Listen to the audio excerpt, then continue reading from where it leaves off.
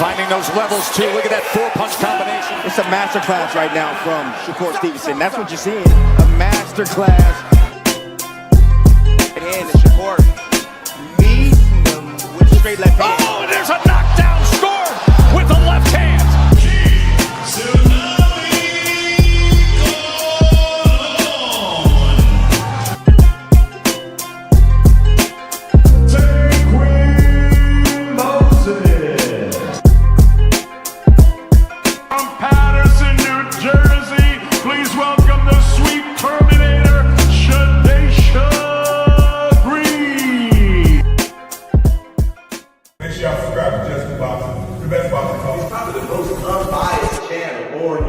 Right now, we're gonna give him his just due. Shout out to my brother Just Due.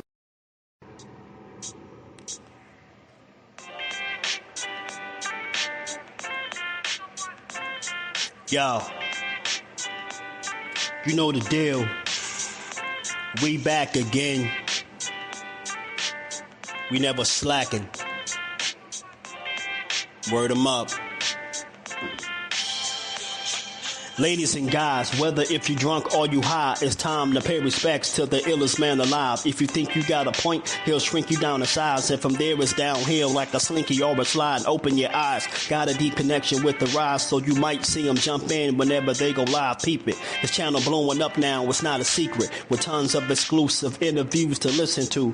Them other channels I hate, but yo, they missing clues. They start narratives, sip the goose and twist the truth. It don't take a rocket scientist to get the proof. Just click the live at 4 p.m. Eastern time. But when you chime in, make sure you keep it kind. But if cowards want to debate, then it's feasting time. My man Jusdueboxing shine busy all the time. Grind 24/7, 365.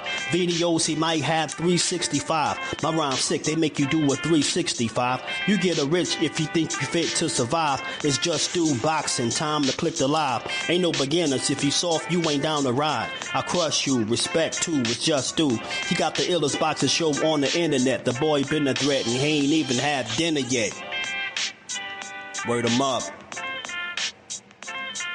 Yeah. You know what time it is.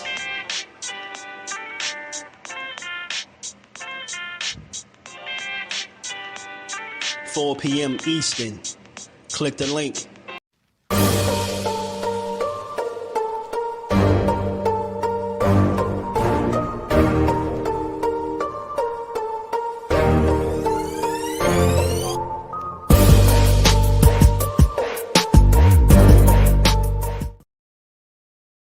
What's good? What's good? Salute to the family. How y'all feeling on this good Wednesday? We back to build on this boxing, y'all.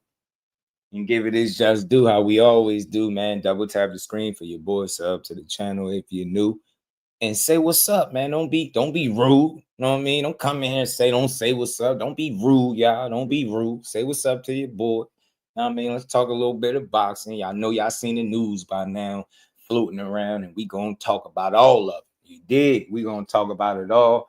I know how we do. We build heavily over here, man. You know, we got a hell of a stream on the way. We gonna talk about this fight that looked like it still got some life to it. So, you know, nonetheless, right? At this point, which is I think a good thing, right? So far, right?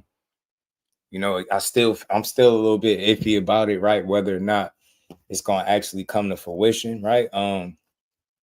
But we just don't know. We just never know. So we gotta sit back and take the information as it come out. But you know, right off the bat, this is more what boxing need, bro. This would be a perfect follow-up, you know, for boxing right after, you know, what we just seen Bud Crawford just do, right?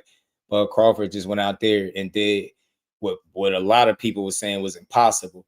We was getting called, you know, for the ones that picked Bud, we was getting called idiots, stupid. We don't know nothing about boxing.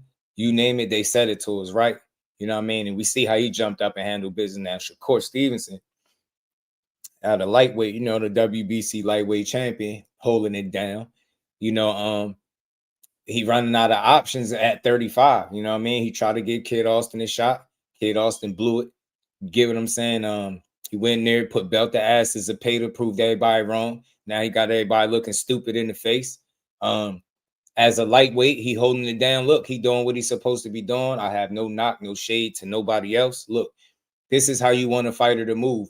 Nobody in boxing could prove that this dude is not who he say he is, not inside the ring. So you can only hope to do it with narratives and BS talking points, right? Like I said, at the end of the day, this dude has shown you since he been in boxing that he been about being the best. He's showing you that as an Olympian that he was amongst the absolute best. The man fell a few punches shy of being a damn gold medalist. You think he ain't competitive? You think he gonna want to spend a career in the Olympics fighting against the best fighters in the world when you can't pick who you go up against? And then all of a sudden, when he turned pro, he gonna turn pro and not want to prove himself as a professional with the money on the line? Tell me, how does that even make logical sense? You willing to do something at the absolute highest level for free, and the only thing you getting at the end is a damn gold medal or a medal? You get what I'm saying? You know what I mean? Come on, man. And now you get to do it with everything on the line, with everybody watching. You get what I'm saying? Some real money, millions on the line. You telling me he don't want to prove that he the best? Like I said, man, you got to show me where in his career has he not been proving that he want to be amongst the best. Call it what you want. I'm going to run through it. And it all makes sense because it's relevant to the conversation, because this is who Teo got to deal with. I'm just explaining to y'all who Teo got to deal with and who y'all favorite fighter at 135 going to have to deal with if he get in there. You talking about one of the most competitive guys in boxing right now. You talking about a kid that when he lost in a gold medal match, he cried. Damn right. He sat up there and cried. He hate losing so much. He cried, man. He shed tears in front of everybody. But that shit created a beast. And that's the beast that you see today. So much so a beast that people, when it come to him, they miss it. The same way they missed it with Bud Crawford. Bud Crawford 42-0, bro, and they still out here missing it. They still out here not giving the man his just due. They still don't think he is great as what he is. And the same shit gonna be proven with Shakur Stevenson. That's what I truly believe. I wasn't wrong. I was wrong once about Bud, and I wasn't wrong when it was all said and done, though. You get what I'm saying? He learned me that lesson, and I learned it well. And I think they missing it with Shakur. It's all these little weird narratives about fights and different things. Look, prove that guy ain't who he say he is, because when he was at 126 pounds, he was a world champion in about 13 fights. 13 fights in, he was a damn world champion. You get me? You get me? Then jumped up 130, chased Valdez down after becoming world champion, chased him down, put belt to his ass, beat him up, took his strap. You get what I'm saying? Then moved up, became a world champion again. Now you're talking about a 3-division champion, bro, a silver medalist. You get what I'm saying? That dude always proved that he was one of the best. 26 at the time of, you couldn't name me somebody definitively that was better than who? Who would have beat him? You get what I'm saying? I'm just being real, man. Like, we calling it what it is, bro. He head and shoulders above these dudes, man. Y'all hit that like button. And the likes is at a disgusting level. I don't want to say that the whole show, man. Y'all know what it is. If you rocking with the content, just double tap the screen. It's free. You know what I mean? But we gonna build. Let me say what's up to the family. Let me not be rude. But if you in here, if you new, sub to the channel, double tap that screen, hit that bell icon, support the build. We gonna get to this, man. Dante's Boxing talking about dogs. Salute. All I see we having Shakur Stevenson pound for pound talk today. You dig? Benjamin, what's good with it? Teo not ready for Shakur? I think Teo is, ready in terms of a fight, right? But do I think he'll beat him? Benjamin, nope. You know what I'm saying? Shout out to Greg, man. Just hope it gets done. I'm with you. Blunt Sports, my dog, man. My link is in the my community post, if anybody, you know what I mean. Ron, what it do? Says Shakur win, Thrill Hill, Al Boogie. Yeah, man, hit that like button, man. Y'all tripping. Let's get the likes up, man. Let's build on boxing, man. If you new in the building, you like to talk boxing, this is the place to be. Click that link and come talk to your boy. But I'm trying to tell y'all, our belt is going to continue to be put to ass when it comes to core, right? And look, like I said, you talking about a 3-division champion that's looking to conquer a guy in the 4th division. Teo is well established up there. And now look, he's not jumping up as much as Bud, right? He's not jumping up as much as Bud. I'll throw that right off the bat. But ain't this reminiscent of that Bud-like behavior? Being willing to challenge yourself, be great, jump a weight class that you never fought in. Didn't Bud do that at 54? You get what I'm saying? He had to move up once upon a time. Shakur talking about going up there and fighting one of the best guys there. I don't want to hear all this other nonsense, bro. I don't even care about the other matchups. This the Teo, you on deck, bro. Just don't mess the fight up, because I know it ain't gonna be Shakur. I know it is. I'm very confident it ain't gonna be him. And if I'm wrong, y'all know me. I don't tuck my tie, I'll be right here. But I doubt it. This fight don't get made. I think it'll be Teo getting in the way just like he typically do. Shakur has shown a willingness to fight the best fighters in the world. Whether you believe it or not, you don't have no proof to say anything else. Every time it's time for him to fight one of these guys, it's some BS. He had to chase Valdez around. Get what I'm saying? To get the fight. He had to chase Zepeda around to get the fight. You get what I'm saying? All these different guys were saying no, pulling out of fights. You get what I'm saying? Frank Martin had a contract, said yes, said no, sent it back, asked for more money, and people act like it didn't happen. Pitbull Cruz and his team got offered a chance. Yeah, that same Pitbull Cruz that people think beat Tank, which he didn't. He just got took to school. But the same one that gave Tank a solid fight, he wanted nothing to do with Shakur. You get what I'm saying? Nothing to do with him. They said it'd be like a dog chasing a cat. They could make more money fighting somebody else. Yeah, this is the guy that Teo got to deal with. The one that when it's really time to really push come to shove, they don't want it. Do people remember how like reluctant Valdez was to take this fight? Bro got pressured into taking it. He didn't have nowhere else to go. He had nowhere else to go. And remember, y'all, that was off the back of Terence Crawford suing Bob Arum. So that probably contributed to him getting the fight too. He probably told man Valdez, hey, look, this is all I got for you. You got to go out there and fight Shakur. And what'd he do?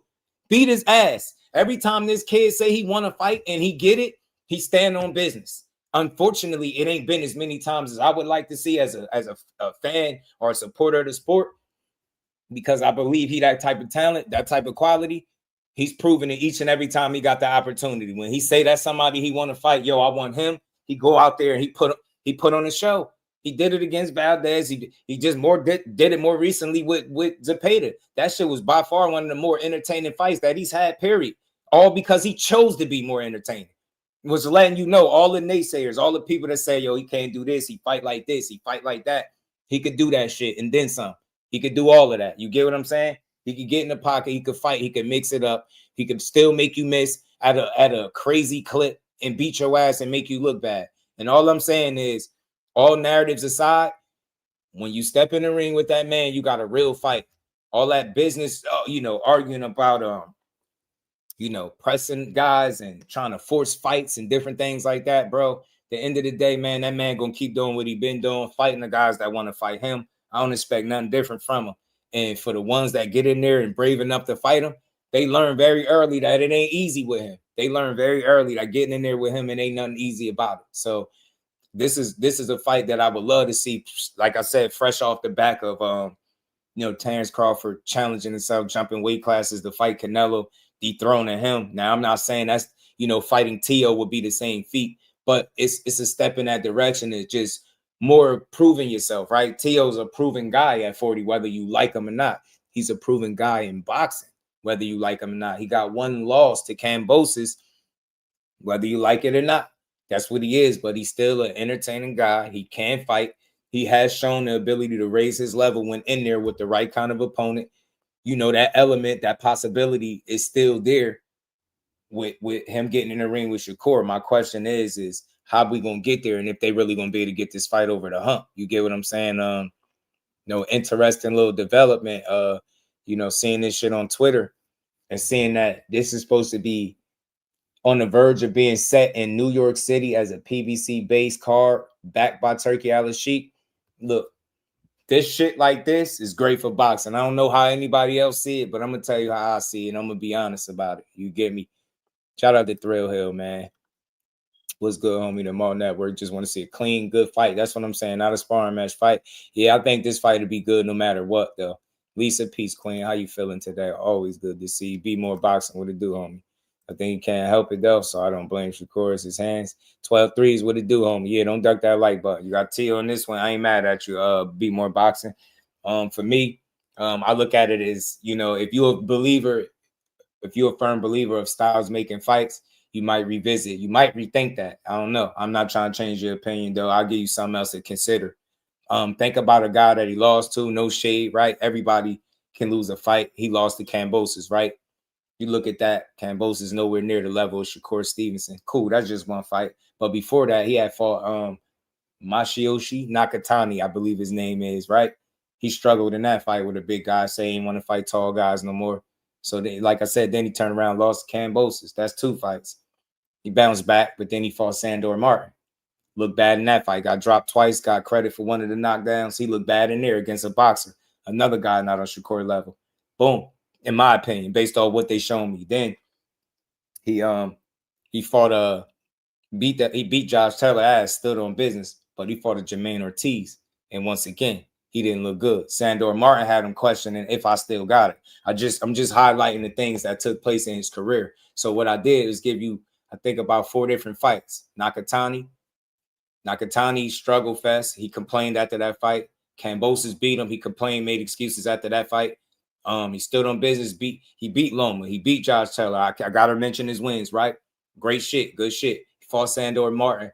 He didn't look good. He struggled. He got dropped twice and got credit for one of them, right? People arguably felt like Sandor Martin should have got the nod against him. And then he fought Jermaine Ortiz, and he complained about Jermaine Ortiz running, and he didn't look good in that fight. So that's 4 fights that you had to look for. Various different styles, different levels, different points of their careers, and they all gave him a multitude of trouble, right?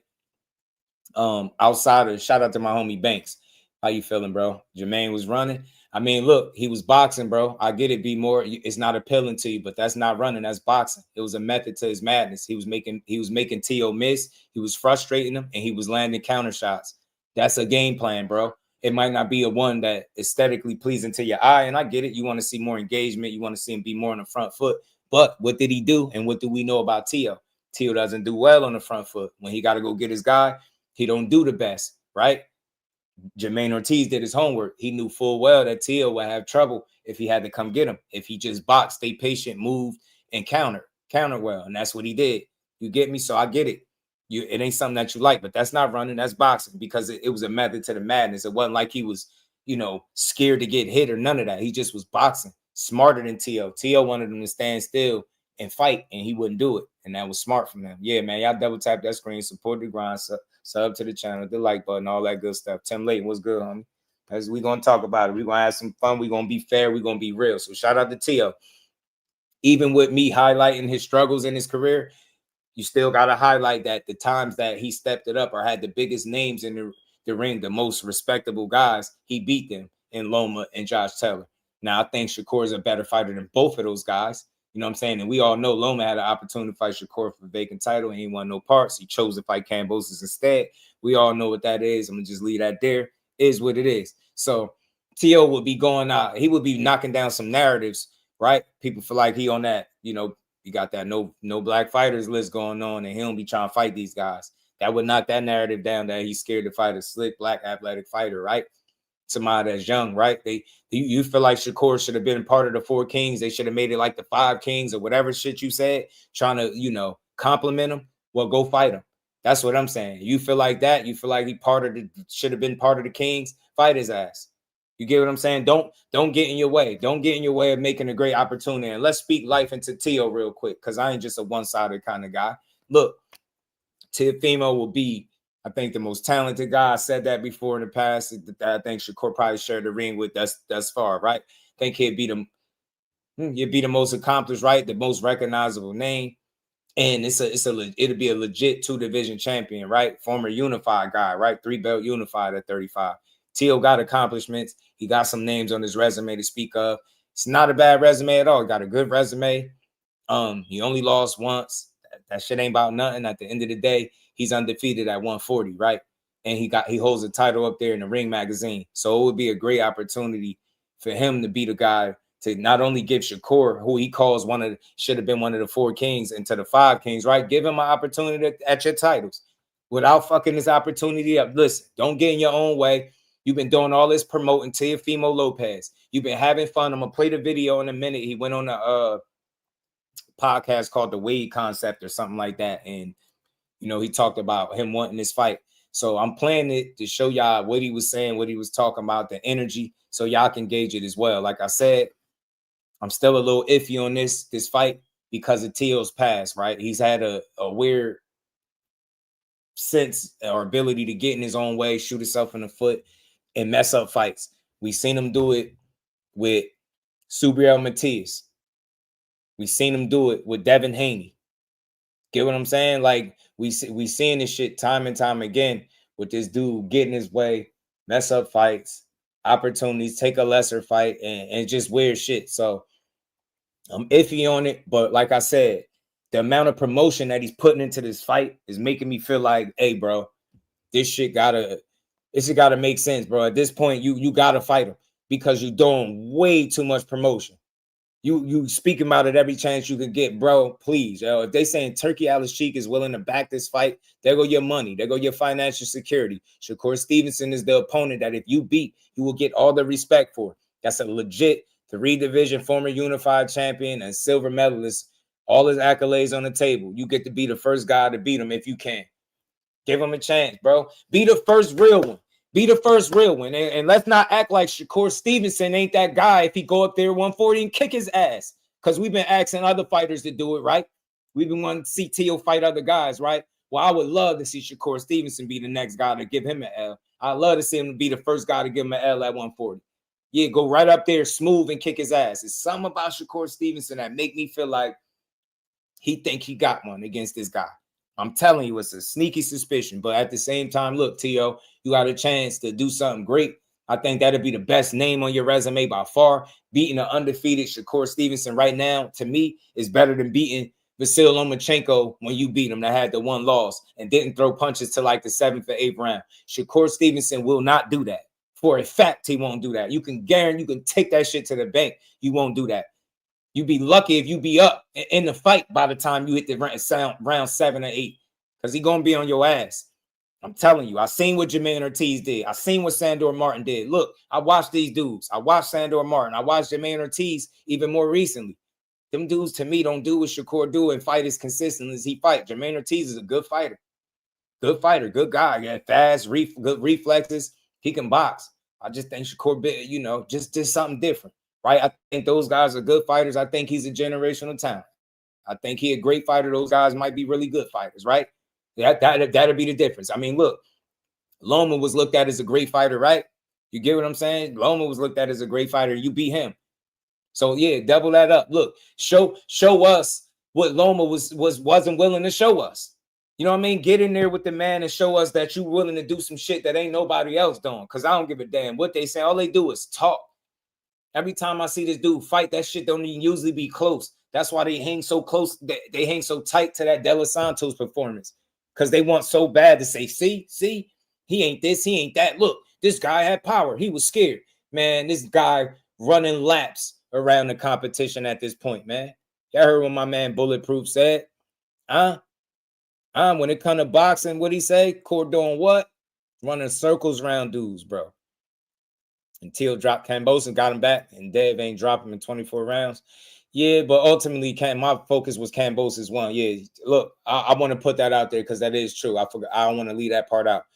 The fight that he did lose to Cambos, he started off wrong. I believe he beat himself. I believe if they would have ever rematched at any point in his career, I think Teo would have beat him. That's my opinion, right?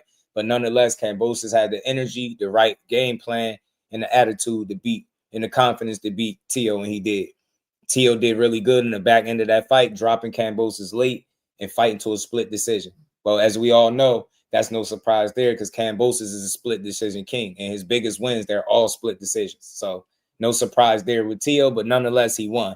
But I just don't think he's remotely on the level of a Shakur Stevenson. That shit showed a lot of holes in his game. The fight with Nakatani did the same thing. Shit, the fight with Sandor Martin literally had him on the side in the ring questioning if I still got it. And then Jermaine Ortiz, him and his dad complained to the ends of the earth because they wasn't comfortable with how the fight looked because Jermaine Ortiz wouldn't sit still for them. So we all know what. And Shakur, I don't think Teo is a no devastating puncher up at 40. So I think Core might gauge his punching power and go at him. He might give him the kind of fight he wants and pick his ass apart.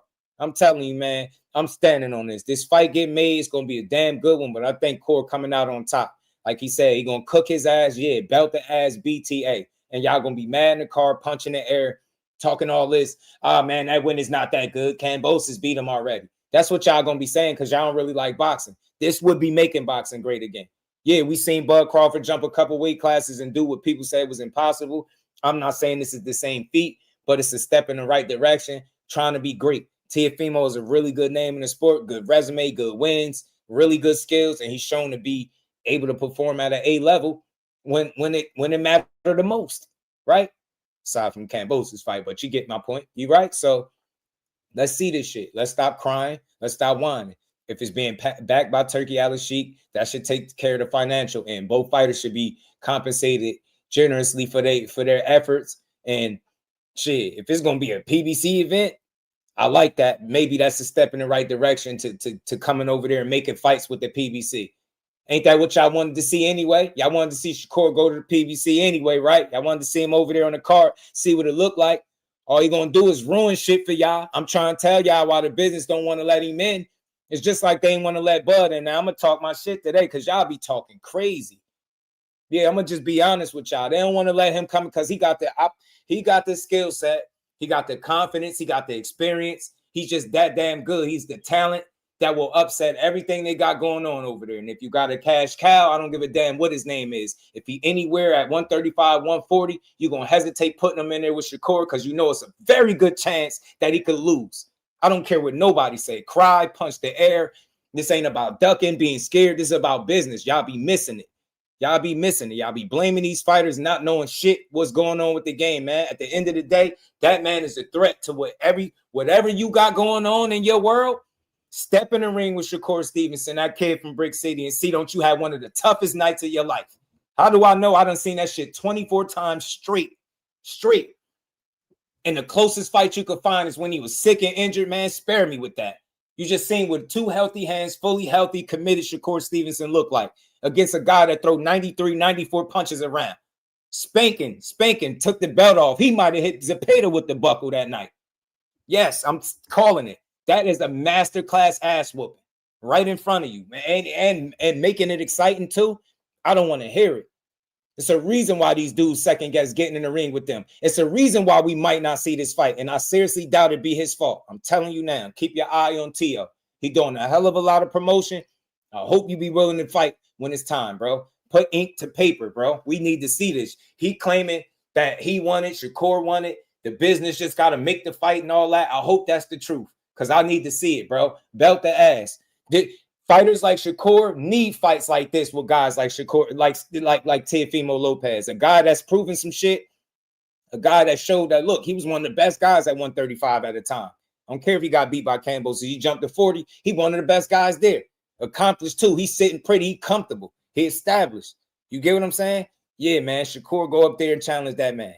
You get what I'm saying? A one-of, I would love to see it. But like I said, I'm a little iffy because Teo look like he having too much fun promoting and not really wanting. I don't know, man. His history say, look, I see the Devin fight didn't happen. Matias fight didn't happen. He chose Claggett, didn't fight. You get what I'm saying? Elvis, Kenneth Sims, Raymond Moritai. He had people he could fight, bro. He getting his own way every single time, and I just hope he don't do it this time. You literally got them opening the doors for you to be great. He keeps saying he want to make boxing great again. Y'all know, for those that cop the merch, the shirts say make boxing great again. This would be a step in that direction, bro. Now, all these two dudes has got to come to an agreement and get in the ring. You get what I'm saying? I know people don't feel confident that it'll happen because it's Teofimo. But at the end of the day, man, all you could do is try. And I like this fight for both of them. They both got an opportunity to prove some shit. It'll be the best guy I think Teofimo fought. And same thing for Shakur. Shakur don't got no Teofimo Lopez is on his resume, and Teofimo don't got no Shakur Stevenson on his. Get what I'm saying? Let this shit happen for boxing, man. Really push boxing back to the space where we can really enjoy it. Let this shit happen. Shout out to my guy Cut, man. El Guru, what's good with it? Big 3 in the building. Dante's Boxing Talk. My homie Teo, great win. Probably a Hall of Fame fight. I'm telling you, Thomas, what's good with it, homie? Behind the Hands TV. Shakur got that ancient Chinese secret. I'm telling you, Muggs, what's good with it, homie? Al Booger in the building, my dog, man. Eagles Nation said PBC base. Yeah, PBC base. Forever G's, CJ. Jordan, my dog. Doctor in the house. Dr. Boxing Talk. Twin, what's good with it, homie? Hope it happens. Yeah, make me when they both in the first round. Yeah, I know. But I got to breathe some life into it because, look, fights like this, I think our voices matter to a degree, right? I think we need to speak highly of this, man. We need to give Teofimo all the motivation that he could need to get in the ring. Hey, look, Teo, Shakur ain't even that good. He's just a second place winner in the Olympics. He didn't even win the gold medal, right? them 3 divisions that he won in. I mean, you conquered 35. Look, you had 3 belts, or 4, and he only had 1, right? Remember, you was undisputed there. He's still trying to do that. He's not even all that good. Look, he ain't never fought at 140. Shakur ain't got no experience up there at 140. He ain't never fought there before. He don't even know what he getting himself into. You beat the Matrix when he was still the Matrix.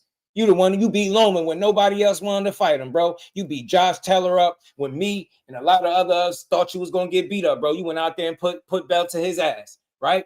You get what I'm saying? You beat the great Vasil Lomachenko when nobody, you get me? When nobody wanted to fight. So you a different kettle of fish. You get me? You know what I'm saying? You could box your ass off, man. You the takeover, bro. He ain't got no smoke for you at 40, right? You said you know how he fight, right? You seen him fight. You seen him come up. You know what he can do. Right? Go out there and show us how great you are, man. Shakur ain't a threat to everything you got going on, right? It ain't almost a 80% chance that he go out there and put belt to your ass. It's not. You know what I mean? Don't even think like that, Tio.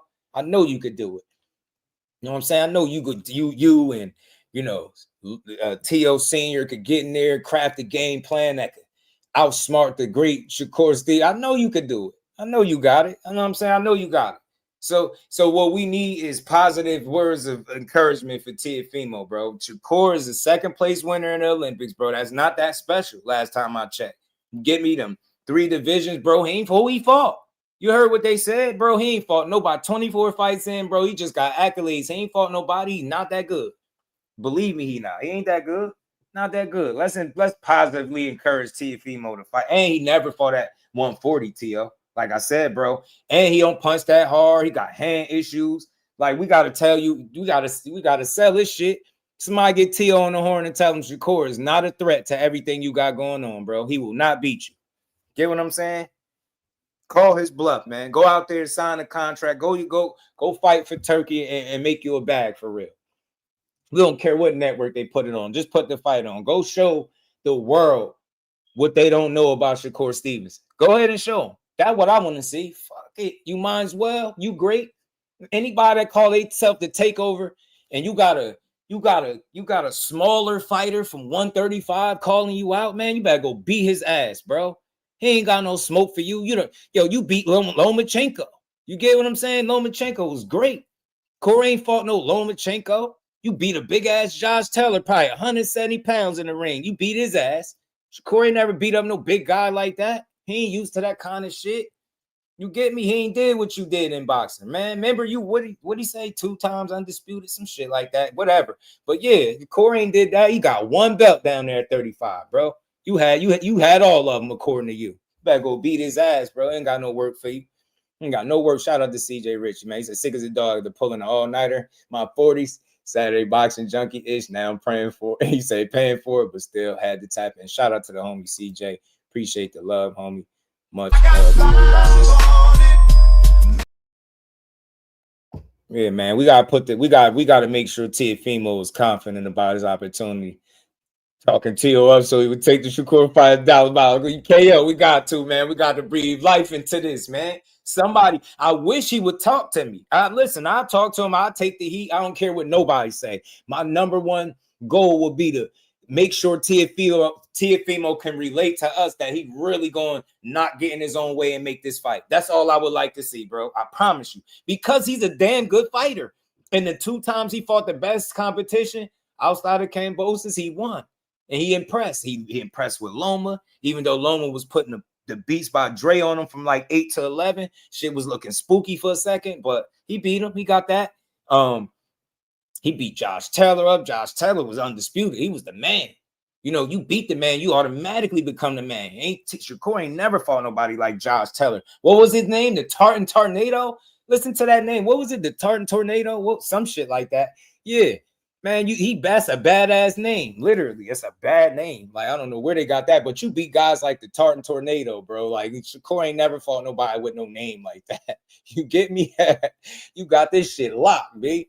You know what I'm saying? Go out there and show him that he ain't as good as what they say he is. Go out there and you be the first one to really show them that his defense is not good. Not some crying ass, fan that just don't want to accept the fact that when it comes to not letting people hit you cleanly, consistently, He just might be one of the absolute best you ever seen do it.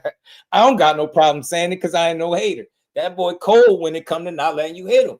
Who else you know, unless somebody throw shorter, you know, what about 25 punches shy of 1,000 punches, but only land 27%? That shit is unheard of. That shit is nice. So again, oh damn, man, I can't breathe no life into Shakur. Man, my bad. That shit ain't even that impressive, T.O. If you listen to any Teofimo Lopez fans out there in the world, bro, just understand that Shakur really, like, the only reason that his defense is like that because it was good against like Jamel Herons, Yoshinos. Like, yeah, them dudes wasn't even really that. They definitely not T.O. You know what I'm saying? They really not that, bro. Eric, what's good with the homie? Own money swag. What it do? Gotta hype it up. We need it.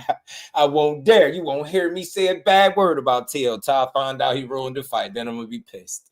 Then your boy gonna be pissed, man. Y'all double tap the screen, man. Hit the like button. We gonna keep talking, man. I had to come up here and talk a little bit of today because they acting crazy, man. Look, this is all in the you know, in good fun. I love this shit. Look, somebody got to show me that Shakur ain't good. And T.O. Mike could be the guy, right? He got the resume. He got the accolades. He got the nickname. So he got a pretty bad takeover. It's pretty cool. You know what I'm saying? I wish I could be the takeover when I get older. You know what I'm saying? So you inspire people like me, T.O., to be great. You know what I'm saying? Like, I want to see boxing be made great again. This is why I got it on my shirts, bro. I was thinking of you when I put that. I'm like, I know T.O. be saying it, but I'm going to help push that with T.O. You know what I'm saying? And we could figure out who said it first or who started it, right? We're not really going to argue about that. Just know we on the same page, bro. We want to make boxing great again. I think one way to do that, especially when your name is the takeover. Hey, man, you got a little spoiled kid from 35 calling you out because he don't know what he getting himself into with them brittle ass hands. Yeah, man, kick his ass, T.O. Like, he ain't never going to be hit the way you punch. Like, I seen your Comey knockout. I seen how you had Loma, the great Vasil Matrix, high-tech Lomachenko, hands in his pockets for like 7, 8 rounds. I seen that. Shit was impressive, bro. I seen how you beat up the Tartan Tornado. You know what I'm saying? With that bad fit that he had on, man. He wasn't dressed to impress, but I seen how you went out there and beat him. I thought you was going to lose. You kicked his ass. You know what I'm saying? You never know with T.O., bro. Who said it? Somebody say, like, it's like a box of chocolates. Was that Money? Somebody said that. Cordon got the power to keep.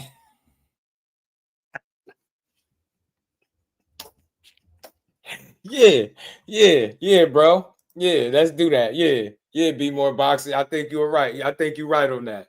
I think you're right.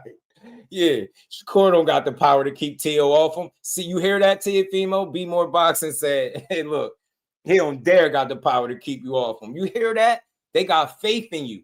Somebody with brittle hands, don't got the power. The experience, he ain't ready for nothing like the takeover. I just want to see it, bro. You right, be more boxing. I just hope Teofimo feel the same way you do. So let's put that in the air. Shakur the underdog.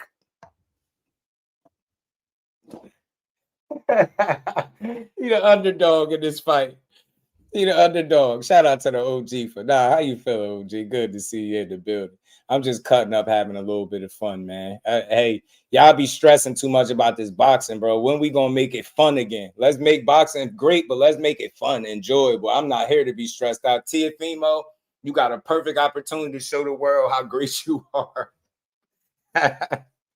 Get in the ring and beat that boy ass. You'll be the first one to do it, bro. Know what I'm saying? And he said he healthy.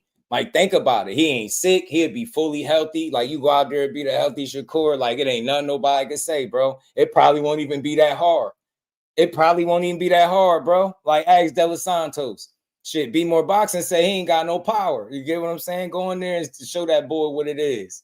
Shakur will be like he had an ice age. I'm just breathing life into the fight. T.O., I like T.O., though. All jokes aside, but I just hope he confident, man.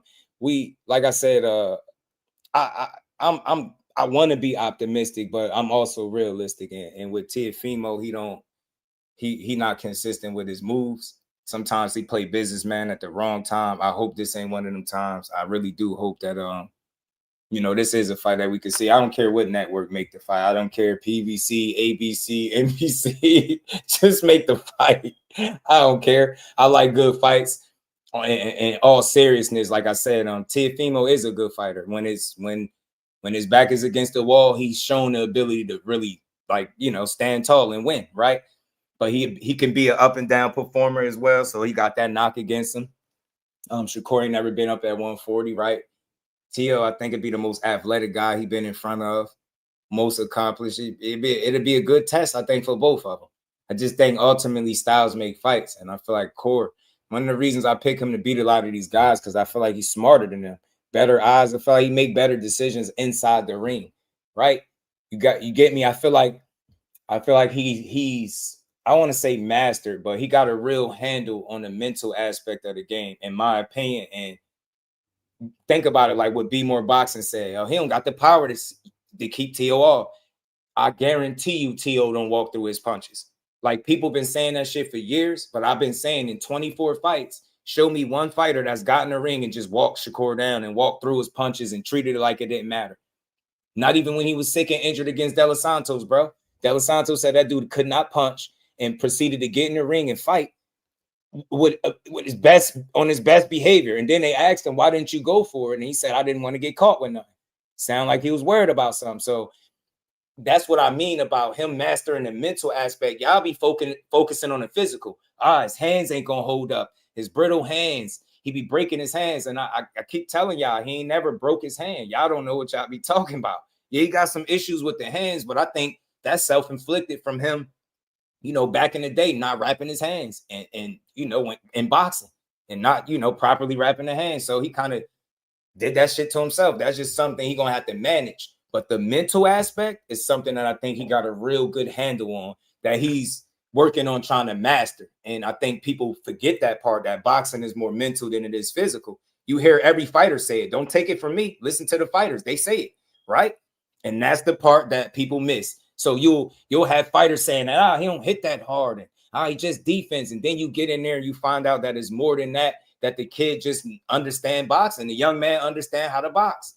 While you sitting here talking about punching power and, you know, brittle hands and how he can't keep you off him, you can't find a way to land that power on him. You get what I'm saying? And then you get frustrated. Now you got a whole different problem to deal with. See what I'm saying?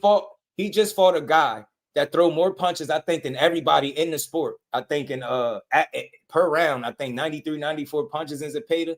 He fought him at his own fight and beat him. I don't give a damn what you say. That's impressive, bro. Especially when a guy is so brittle hand and soft, and you don't see Zepeda walking from that fight talking about, yeah, he ain't had no power. He ain't say that shit. What he said was if he had him hand injuries, he think his power would be even more. You get what I'm saying? So I don't know, man.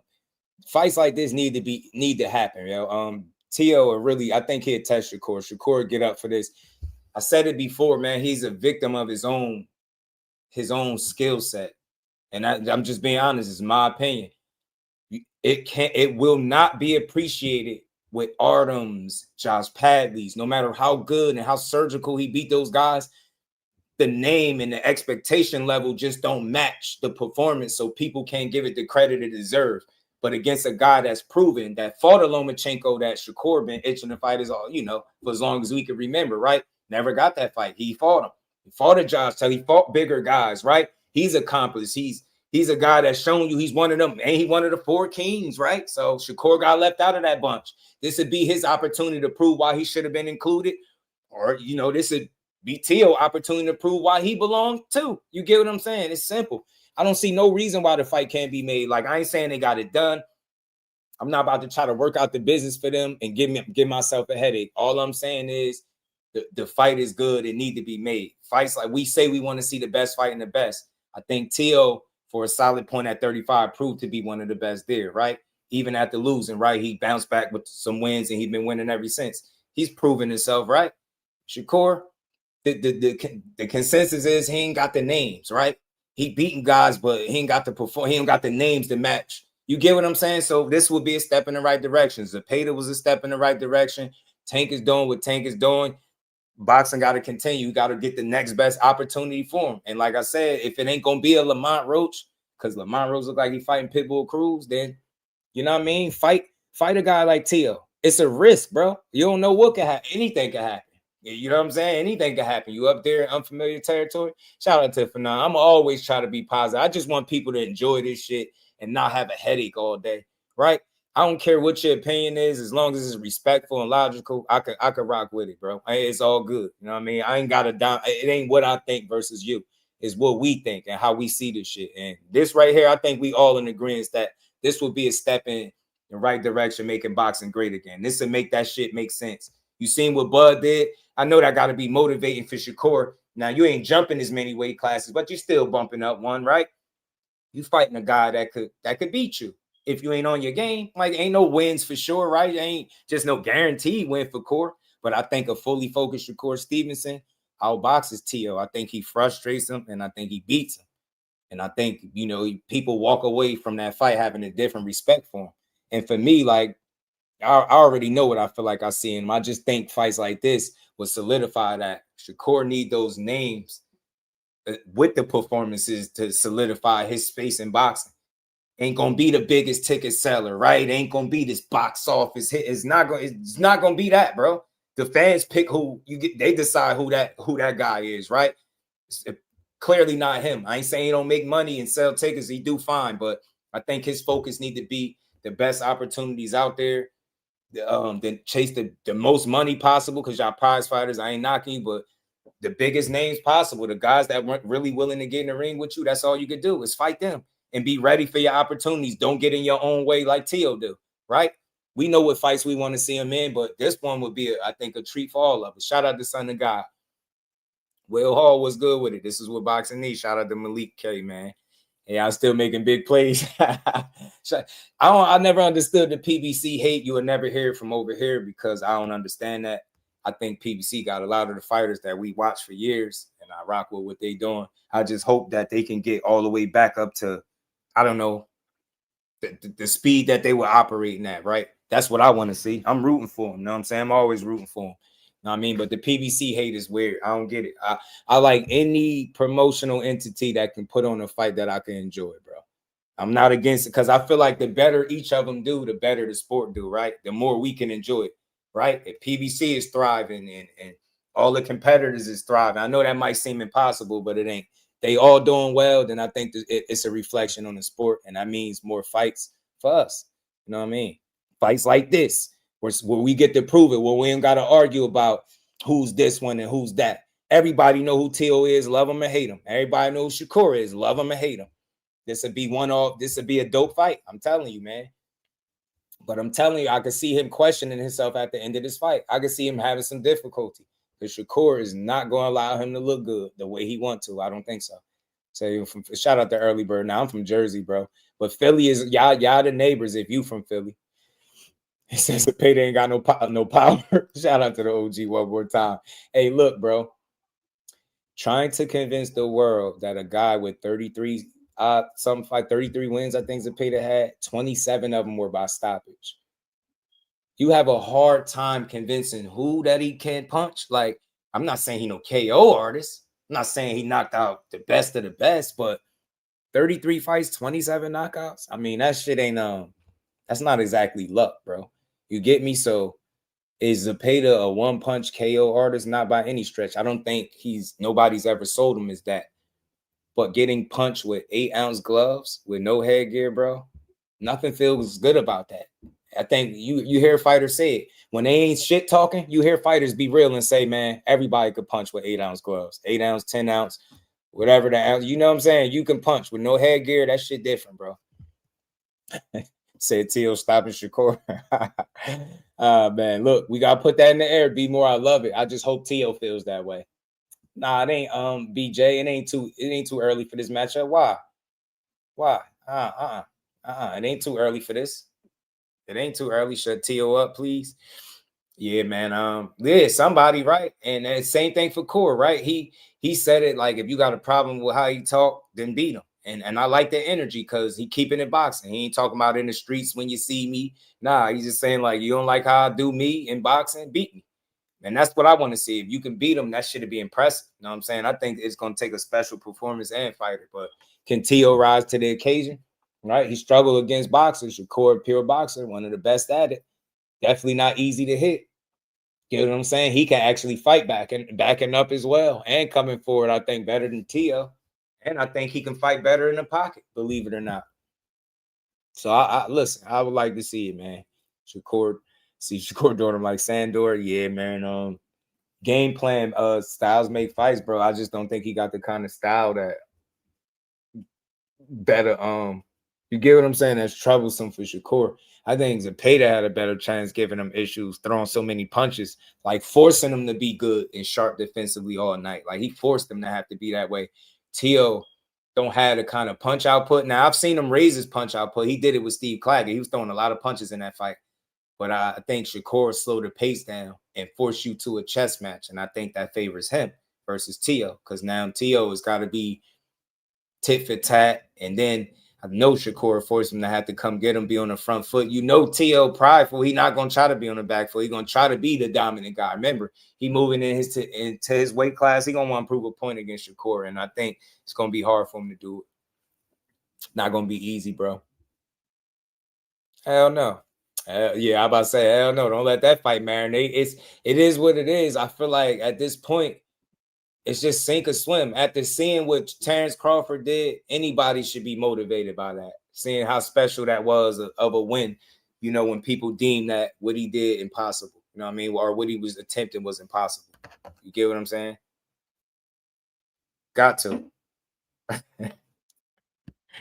Bet Cord with Teo, the better fighter. Teo decision. Boxing International NYC. Ain't nothing wrong with that. That's what steers the conversation, bro. I don't want you to think exactly like me. I hear you. Look, at the end of the day, Teo has done some things. You can make a case for Teo, I guess, being a better fighter. I guess you're saying he's more proven. He fought some better names, right? I guess, if you want to say that, but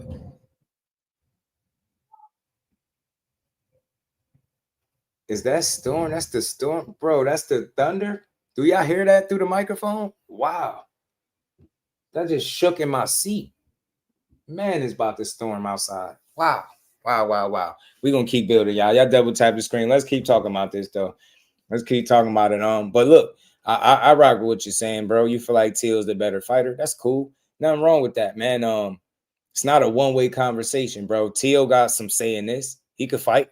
You know what I'm saying? He's shown his worth. He's shown what he could do. He's proved me wrong before. So I can't completely ignore a guy like that being and having a chance to win. But let me tell you to see if this makes sense to you, where I see Teo having problems.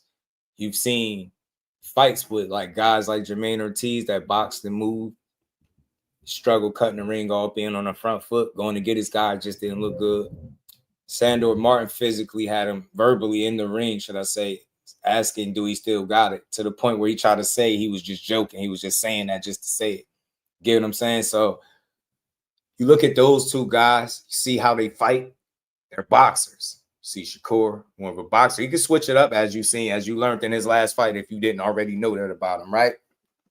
But it'll be, see, the thing is with Core, it's all about outsmarting his guy and limiting what you're trying to do, right?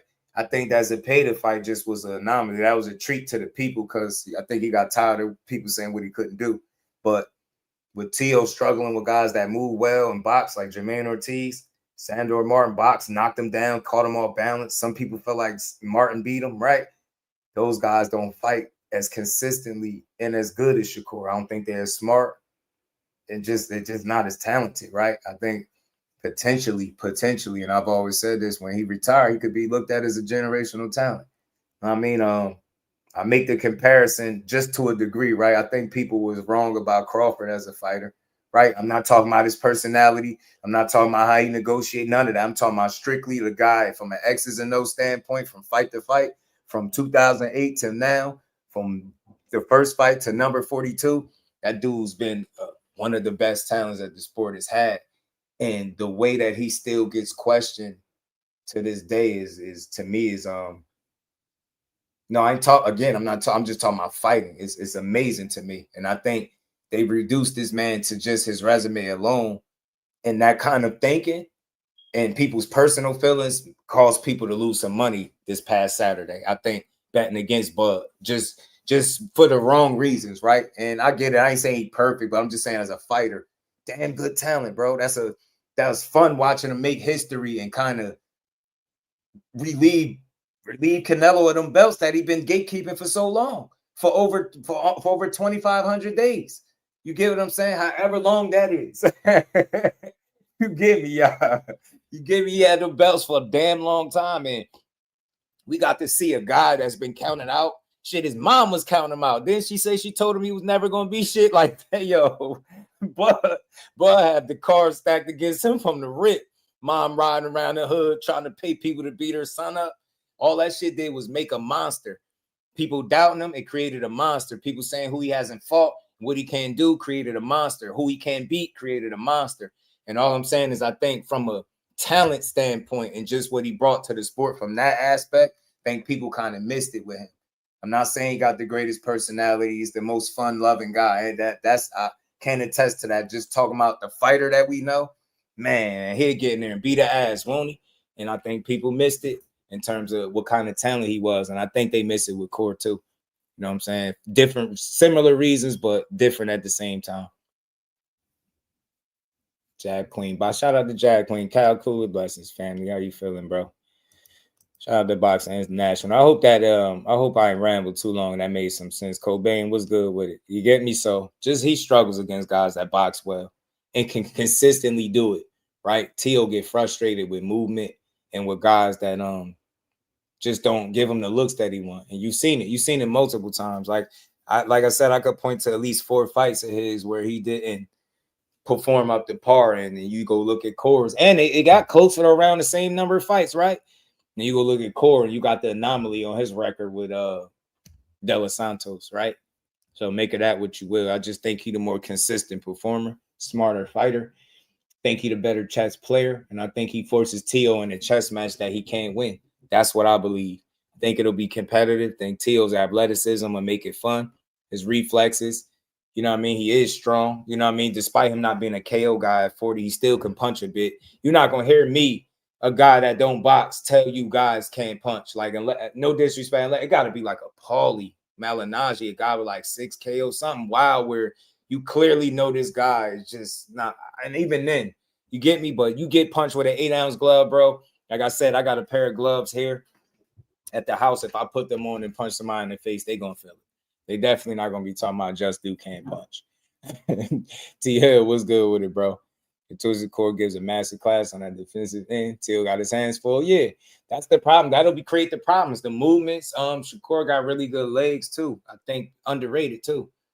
Feet really good. Vision, eyes, like it's a lot there. But T.O. got substance there too. But I feel like that flashy showboating shit won't work with Shakur. I think it'll backfire. I think he'll be frustrated fighting Shakur. I think Shakur is smart enough to fight him in a way that'll frustrate him and beat him. He say act like Teal's Canelo. KO Kid said Polio was catching straight. You talking about boxing without power? Yeah, man, it's my bad, KO. We love Paulie. I got to see him fight my guy AB in the park. But you get what I'm saying? Like, just power is like he'll tell you. Like Paulie he'll offer that information up willingly. Like, bro, I ain't no guy that's punching that hard, but he could box. And at the end of the day, he had a successful career, right? You ain't gonna say he's gonna be no all-time great. Like, how many people gonna be when it's all said and done? But I think he was a 2-time world champion. I think Paulie was. He had a successful career, especially with somebody that 6 KOs, bro. Paulie used to box the hell out of people to win. Mr. Empire Stevenson may not possess a considerable punching power. He has enough to effectively control the fight and prevent others from just walking, doing whatever they wish. That's a fact. I've been saying it for the longest. I talked to him personally, like he said the same thing to me, but he already told me what I already know. I've been watching fights for a while, and I don't think it's about like getting knockouts with him as much as I think it's about earning the respect of the opponent. And I feel like in boxing, it's the hurt business for sure. You want to be able to hurt your opponent if you can, right? And I think anybody could with the right shot, but I think ultimately what's important is that you gain the respect of the guy that's on the other end of you, right? You get what I'm saying? Like, real always recognize real. And I think Teal would respect going in there with him. You can tell. You can tell the way he speak about him, bro. he's speaking in a way that lets you know he knows Shakur is a damn good talent, bro. Damn good. So like I said, y'all, man, this was something that was coming out. It's something I just wanted to talk about for a bit. I didn't want to overdo it, but good fights like this do need to happen. It just moves the needle in the right direction, bro. It ain't nothing to complain about, right? I don't want to hear. And look, Shakur talented enough where he don't get the excuse, oh, yo, he moving you up or he pulling up a smaller guy. I don't want to hear that shit. Tio ain't that big to me. Shakur don't think he that big. I'm not giving him that excuse. We just seen what Bud Crawford did the impossible. Some people say 2 weight classes. Some people say 3. I'm going to say he was at the pit stop at 54 to 68, made it 2 weight classes. Seen what he just did.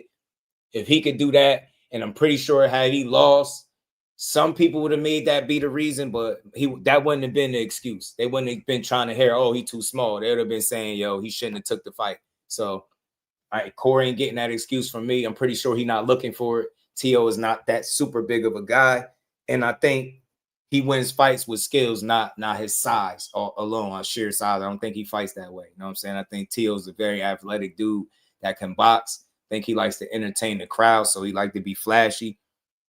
But I think the right fighter exploits that. Did something happen? Oh, y'all give me 2 seconds. Double tap the screen. What the hell going on? That was about some of the loudest thunder I think I heard in years, bro. That sounded crazy outside. Man, that sounded crazy. Damon, what's good, homie? I'm almost there. Believing Teal might actually take this fight. Almost. Yeah, you get me, Damon. Got to speak life into it, man. Shout out to KL. Shout out to my dogs, man. Got to see it, man. Got to see it, man. You never know. Teal might believe he can win, man. He might actually believe that he can go in there and do it. I mean, like I said, I see more reasons to fight. Look, 22-1. Core got 24 fights. He's 23 fights, 24 fights. Look, man, y'all, low key, Tio only got 13 KOs. He got 2 more knockouts than Core. He ain't like no crazy. His knockout ratio like 50, 56, 58%. That's not super high. That's not no KO artist. He's not that. He was doing that shit at 35, but 40, he more of an outboxer. And that plays into Shakur hands. That means it's going to be a chess match, an athletic chess match, which I think Teal's athleticism makes the fight interesting and keeps it competitive in spots for sure. And I think he'll be able to have his success, but ultimately I think he'll get outthought, I think frustrated and beat. That's what I believe in a good fight, a really good fight. Look, 5'8", 5'9", 68.5, 68-inch reach. Yeah, man, it's too many reasons for this fight to happen, bro. Go ahead. Turkey. I don't care who putting it on. I just want to see good fights, bro. Tio will be able to hit that, man. Yeah, I think he'll struggle to a degree. He'll struggle to a certain degree landing shots. I think so. I don't think it'll be easy. Shout out to Cuz Tadu in the Cash App. Much love, much appreciation. Shout out to you, Cuz. Shout out to my guy, man. Appreciate you. Tio's not 5'9". I don't think so either. I don't. Because Nakatani he fought was like 5'10", 5'11-ish, and he was complaining about tall guys. I don't think he even complained about tall guys if he was 5'9". Hell no. I didn't even think about that. I didn't even really put that much thought into it, but shit, Core probably more closer to 5'7", too. Teal might be 5'8", and Core might be 5'7". You know, they like to boost heights and reaches and shit like that. But I don't know. 5'9" might be a stretch. Teal is not tall at all, bro. A late round Shakur be inspired by Bud trying to stop Tio. That shit would make it fun, won't it? I want to see it, bro. I want to see it behind the hands, man. I just try to breathe a little life in it. I know ain't nothing I could say on my little YouTube channel, but hey, man, we do have a voice, man, and they do call me the voice, right? So the voice would love to see this one, bro. I really would. I love to see him go at it. But we just got to see what's in store for him. Like, let's see if Tio getting his way. Matter of fact, I got y'all because I meant to pull this up. Take this down. I meant to pull this up because he went on what's buddy name? The Weed Concept, something like that. The Weed Concept. Talk about Mr. Moses versus TLC and masterclass loaded from Shakur. Yeah, I think he'll have TLC over there losing his damn mind. Whole head would be great dealing with Corey. I'm telling you, that shit would be crazy. Because of the things that his tendencies, he got some bad habits. Teal got some bad habits in there, dropping his hands, showboating unnecessarily when he should be fighting. And then he shows his frustration when you don't give him the looks that he wants. I've seen it multiple times. Even fights that he's won. That is he gonna campaign at 40? I doubt it. I think he'll go back to one because he already said it. Mr. Empire, I think he got unfinished business at 35. You know what I'm saying? I just don't think it's a bad. I don't think that 5-pound jump is that crazy where he won't be able to go back down and do what he do. I think it'd be a good idea till Cena will stop the fight and they will argue because of it. I'm telling you, them damn Lopez's won't be on the same page. My son, they tried to cheat my son. You know how he be. He talk all that shit about how his son gonna beat somebody's ass, and then when it don't work out, he say they cheating. They cheating. Nice. Keep going, y'all. Y'all hit that like button, man. Let's get the likes up, man. Let's hit the like button. Got a bunch of people through here, man. Hit that like button for your boy. And we just gonna keep rolling how we do, man. Y'all know how we do over here. My son. What'd he say? He thought he had too much air in his chest. What'd he say? Too much air in my chest with cambosis. But his esophagus exploded. He was saying all type of shit, bro. He really, bro, he gonna think he got one lung in there with Corey. So he gonna get out that ring. He gonna be sitting around looking and asking the people, do I still got it? Hey, do I still got it? No, your ass ain't got it. You know what I'm saying? He gonna says your core smoke some buzz snack pack. Oh, for sure. Snack gonna be the reason. You know it ain't fun unless Snack gets some. You know what I'm saying? You know it ain't fun unless Snack gets some, bro. They gotta throw that in the mix. Gotta blame it on Snizak. It's only right.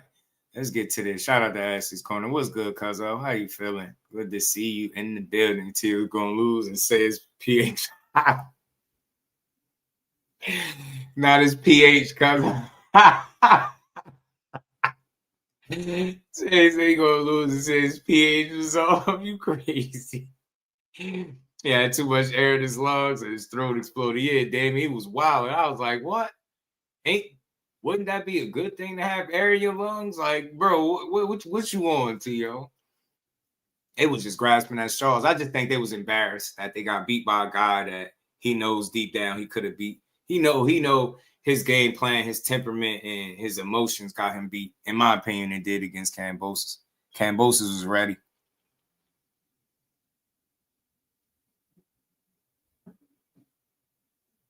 Kambosos was ready for everything, T.O. He had the perfect game plan. Like, he just was switched on. He had the right amount of confidence. Making boxing great again as he dances his way in. Teofimo Lopez. I'll double tap the screen. Hit that like button. I'm scared of you. How are you? Just punch him, mijo. Yeah, he gonna go from knock him out. He don't belong in there with you. Come on, he's soft. Walk him down. He gonna be giving T.O. 3 different instructions at once against Shakur. I'm telling you that shit. Once he start losing some rounds, he gonna get frustrated. His dad ain't gonna have the answers. Sway. Hey, man, saw each other last night. You got a smile on your face. I'm gonna just get right to the point. Rumors are swirling. I didn't even see you in the chat. What is There's a potential fight on the time was horizon. good with Is him. it true? Appreciate you, bro. Shakur Stevenson. Is this going down? Is this in talks? What's going on, man? What's going down right now is me and Shakur are gonna play one-on-one basketball. We probably gonna line that up tomorrow. See? My bad, y'all. Y'all know I talk a lot. Y'all know I stop it and talk. But you see right off the bat my problem? See, he get right in here and he playing, bro. We want to, yo, bro. Do you think we care that Shakur about to cook you one-on-one in basketball or one-on-one in the ring? Like, which one you think we care about the most? And that's why I said, y'all, real quick, he having fun promoting. He like, oh, well, what's going to happen is we're going to play one-on-one in basketball and, you know, that's what we're going to do. Like, he see, ain't nobody playing but you. Youngin trying to get you in the ring, bro. He want to play basketball and shit. We've been talking back and forth. Stop it. Yeah. Basketball. Basketball. Why? In what world is basketball what we want to see? Well, basketball, you know, And starts you with can't the even letter hoop B. like that. You can't even hoop like that. How you mean? Come on now. You ain't ever played no basketball? Yeah, I got secret talents, man. No one knows about. What else? What else are you talented at? Nobody want to play no damn basketball. The only talent, I know disrespect, Tio, like, do that on your own time, G. We want to see you in the ring with somebody that is as good as what a Shakur is and see if you could be the guy to beat him. If you can be the takeover like you say you are. You know what I'm saying? This dude, he said he just want to get a feeling out of Shakur move. Yeah, he ain't playing no basketball. Yeah, like, man, nobody want to play no ball. He want to fight, G. He want to put hands and feet on you. Game of 21, winner by 2. Winner is the A side. I'm telling you, bro. The Tio is crazy. You can definitely dance. I saw that. Yeah, you know what I'm saying? I got can a dance in a We definitely don't care about that bad dancing. Don't need to know that, but okay. That should be terrible. Okay. Nah, but all jokes aside, His yeah, ass we're bogus. excited. Me and Shakur are prepped. We're happy. We really want to give the fans and everyone else that's involved in boxing just overall a good showing, you know, and hopefully, you know, he and everyone that's playing a part of it in the Riyadh season comes in and really makes this happen. That's all it is. At this point, we both want to fight. We want to get it down. We talked about it on the X app. Now it's all about the business side of the people and those guys to settle it and finish it. Do you think it happens? To be real, I don't see why not. Right. You want it, he wants it. Yeah, I think it's great. It makes sense. It's a marketing establishment when it comes to all this. And black and brown is how you get down. Okay. See, y'all, man. I hate to try to read. What's good, homie? I hate to be the one, bro. But see how he just make me feel like he think everything a game. I don't know. Maybe I'm just too nervous because he get in his way, right? He talking about playing basketball, dancing, other talents. Hey, he talking about, yeah, you think it could happen? Yeah, I don't see why not. You know, it's a good marketing thing. Like, listen to what he just said and tell me if y'all understood what he just said. All right. Y'all think I'm playing? Y'all got to hear this again. Listen to him. To be real, I don't see why not. Right. You want it, he wants it. Yeah, I think it's great. It makes sense. It's a marketing establishment when it comes to all this. And black and brown is how you get down. See? And he be pissing me off. He always overdo it. I guess because he a character, so I got to expect it. So black and brown, that's how you get down. A lot of people look at that fight, and I don't think appreciate how hard it was for you to look as good as you did against Arnold Barboza. I thought that was a really slick performance, man. Wow, man, no, thank you. I really did. I'm been schooled in the world of boxing by BJ Flores, who's a big fan of yours. Oh, I love him. BJ was you know, always anytime we want to talk about technique, skill, ability in boxing, he brings you up. Yeah. And he was super impressed. I was as well, man. You made that fight look pretty easy. Oh, you guys haven't seen anything yet. I'll be honest with you, but I appreciate that. Thank you. It lets me know that what I'm doing is going good, and if it ain't broke, don't fix it, correct? Yeah. So, but it's all about entertaining everyone else. This is what it's all about, and I think this is why so many people are putting in the work that they need to put in, along with yourself and everyone else. Yeah, but that's the best thing. As long as you try, you can never fail. There you go. So I'm just loving it. You know, it's a great well, I hope you take that energy into the ring. Just take that into the ring, TL. Just know Shakur beat you. As long as you tried, you ain't failed. Like, it's still a win. Yeah, just go take that mentality into the ring and sign a damn contract that where we really want to see you fight somebody. I think that'd be a fun fight. Win, lose, or draw for either guy. Fun on either side, man. Boza was easy work before the fight, and Tio knew that. Yeah, he knew. That's why he talking when it comes to this one, talking about dancing and basketball and one-on-one. Only one-on-one we concerned with is fisticuffs, bro. You want to throw hands or what? Kobe was good with him. Everyone and their mother is here and grandmother, so you just can't, you know. So look, he always playing. I feel like no matter what, we all gonna win at the end of it all, man. These guys right here that are facing each other, main event, is truly making boxing great again. It definitely is. Now, you made that fight look easy. Let's go back to Shakur. Yep. Yeah. If this thing goes down, how are you going to win this fight? Because he's very defensive, very slick, good counter puncher when he needs to be. Showed a little more in the Zepeda fight than I'd seen offensively. A lot more aggressive in that fight. Do you think he fights? That's because you probably could count how many Shakur Stevenson fights you've seen in your life, but let's continue. Obviously, that shit he did against Zepeda wasn't him showing something new. All right, this is he just showed y'all what he already could do. Okay.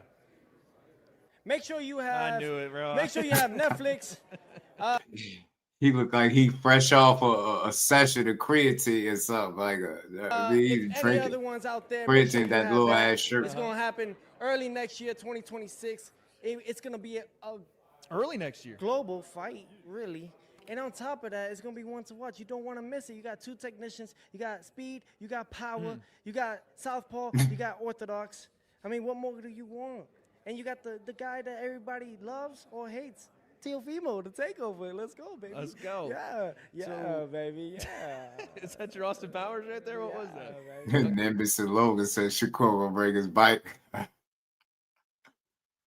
Yeah, just like he brought against Zepeda, he brought a bike for that fight because they said he was going to run that fight too, Nimbus. I'm just saying. They say he was going to run in that one. About this Broner thing, that bad boy put belt as Zepeda. They start complaining about his defense. Hey, y'all, he beats Zepeda so convincingly and soundly at what he do. People started looking for the next thing to talk about. They like, yeah, well, it wasn't that good. It wasn't that good. I mean, it was all right. Zepeda can't punch, he ain't got no power. You start hearing shit you never heard before. And all them 30-plus fights, you ain't never heard nobody say Zepeda couldn't punch. All of a sudden, he getting there with somebody that's a defensive wizard and was able to nullify that shit. And then he like, yeah, he ain't got no punching power. He ain't no Floyd. He ain't no Floyd. I don't know why y'all keep saying that. Jordan, they be pissed off, don't they? I be like, why you so mad at boxing? Just enjoy this shit. That was a part of the first Brand Risk event. Really? I helped Aiden in commentary on that first one. Tio ain't the takeover, but y'all ain't mad at him. No, yeah, I didn't get into like number 3 or 4. You know what I'm saying? That's Everybody gets in where they can get in, But I pass the torch to Hey, and look where we at, full circle. How do you like doing those events? Is that fun for you? It looks like you have a blast. I have a great time overall. You know why? Because not only is it out of my comfort zone. Yeah, a little bit, yeah. You know what I'm saying? It's out of my comfort zone in that regard, but the streaming platform, I mean, regardless where you're seeing it, how you're seeing it, whether it's, I don't know if I could, quote unquote, put it into play, but you got one platform and you got the other. Right. And Aiden Ross is in that other platform and they're going big on it. We can talk Kick and Twitch. Yeah, okay, cool. I like to keep it just as professional as possible. 100%, you know what I mean? Man, Aiden Ross, bro, you talking about Aiden Ross. You should be talking about Turki or somebody, bro. He talking, see what I'm saying? I don't think I'm reaching, bro. I think Tio gave me every reason to be like paranoid with everything he say, like, because his focus is a little.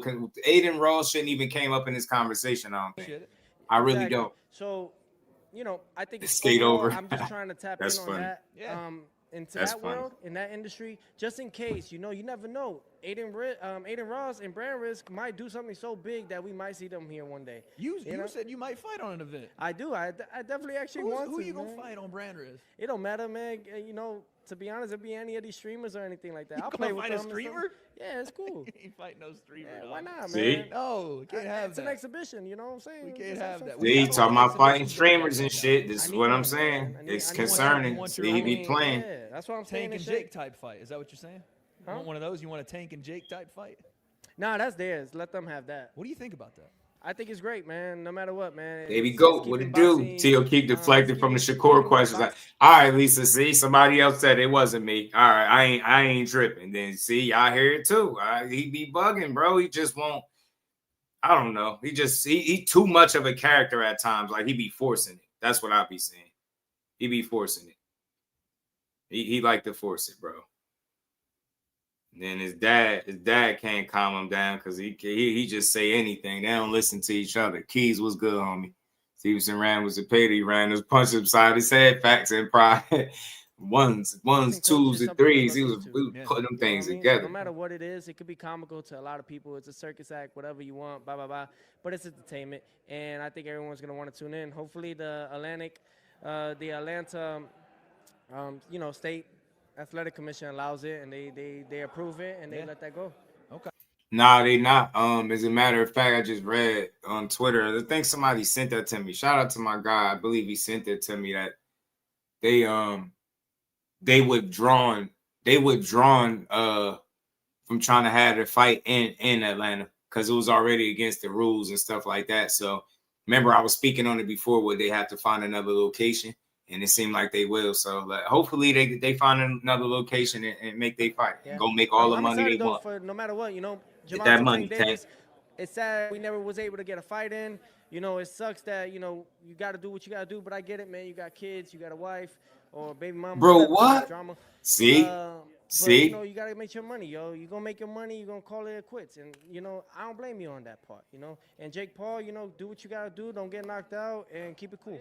You think said it's sad we never got to make a fight. You ain't bummed about not making no fight with Tank, bro. This dude just be saying stuff. Shout out to Tio though. That would be a fun fight too, man. Has a better chance of knocking Jake out than Jake has a chance of knocking Gervonta out. Teach Miami makes sense. Man, from the rumors were true. Oh yeah. You're gonna have to hit him on the low blows and the. Yeah, it's a post. I don't know. Did I put it in here? I thought I did, but maybe I'll upload it and pull it up so y'all can read it. But yeah, matter of fact, is this it? Yeah, there you go. There you go, right there, y'all.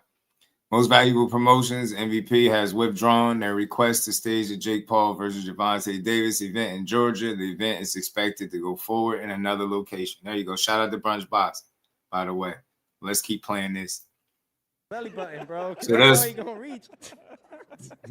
Just low blow central. Just over and over. Hey, Zab Judah, bro. Take in the notes. It's Zab Judah and Mayweather. All right, yo, write your notes down. Jot it down. All right, Calvin Ford, make sure you tell him, all right? And even if he has to go between his legs, it's all good, bro. What we doing? All right, Tio. Right now, obviously, you got Shakur potentially rumored. No, it's rumored right now. Hey, listen, I'll be honest, yo. It ain't me. Okay? It's not me. It's you. On the other side. It's like a girl when you talk to her. Like, it's not me, it's you. Oh, it's not you, it's me. So, yeah, man. On that side, you think is what's holding it up? I think we're all ready. Shakur's ready, Jay Prince, and the management team on that side. Right. My team's ready. Just waiting on the officials. It's the big bosses, the big guys. Of course. The big guys. That's usually what happens. What it gets down to. So, yeah.